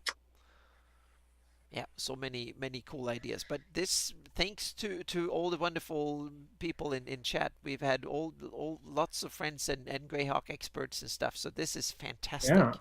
Yep. yeah. I mean, we do a lot of the talking, but I would like to just turn Malden and Smedra loose on the chat, and they Mm-hmm. could keep Yeah. things rolling. Oh yeah, definitely. This is fantastic. Yeah. So yep. Mm-hmm. And you old dogs, you have to admit this is kind of more fun than the old gray talk going IRC chats and come Oh on. yes, we can We have get the bring as chats guests and and get stuff, and the we can use voice and Discord afterwards, and we can yeah. So yeah, so yeah. show off our maps Mm-hmm. and Yep. it's Yep. a It's kind little of fun. better. Yep. Yeah, see. Yeah. Yep. Yeah, that's good. Yep. This is See, we're this doing the is same thing, but yep. we're just a little more advanced. Yep. Use better media and stuff. So yep. Uh, Rogen6 has a good question. Yeah, where to go and find the links of Greyhawk. And do you on your site do you have a link to a whole bunch of other Greyhawk resources? I remember you used to have that. links for Greyhawk resources. Yeah, go to my blog that I mentioned before, greyhawkery.blogspot.com. You can just Google Greyhawkery or whatever. It might be easier to do it that way. Anyhow, Yep. I've been running this blog for quite a long time now, and on the front page are links to Malden's website, to Gary's Cannon Fire, Joe Block's blog, Greyhawk Yep. Grognard, and Anna's maps, all over every Yep. source you can Yeah. So think it's a of. good start. Yep. Mm-hmm. Yeah. And I also got some primers going for players, who want to know the basics, without being overwhelmed by all the lore that we're talking about here. It's got some basic stuff like, hey, I want to play a tiefling warlock. Where should my character come from? Yep. Click. Mm-hmm. Yeah. Oh, that's great to see some new Yeah. players coming in. So thank you so much, Rodian, for coming here. This is Rodian 6. This is great. Yep. But yeah, we're now running past our second hour. Yep. Yep. So I'm I need really running dry. to have a bathroom break and just bring a little bit of a snack, and then we should have the after talk in Discord afterwards. Yeah, yeah. If anyone wants to pop on the Greyhawk Channel Discord, you have to be a subscriber to the Greyhawk Channel to be able to sign up to this Discord chat group. But so that probably will. I don't know if Malden's up on that, but I think a lot of the rest of you are. We will pop on there after this live show just to chit Yep. chat Mm-hmm. in the voice channel Yep. if you would like to. But yeah, I'm about out of info. Like so, next week we're gonna have Brian on. Yep. Mm-hmm. We'll talk about some other things. Yep. So Okay. Yep. that's about all I got. Yep. So thank you so much for watching and coming with all the awesome stuff going on in chat. We really got Yes. the stuff going this week. That is fantastic. So until Greyhawk Online is coming back. yes. Mm-hmm. Yep. That's Until awesome. next So time. yep. So thank you so much for watching the Legends and Lore episode 8, and we will be back next week with Brian Bloomklotz. Okay. Good night. Bye, guys.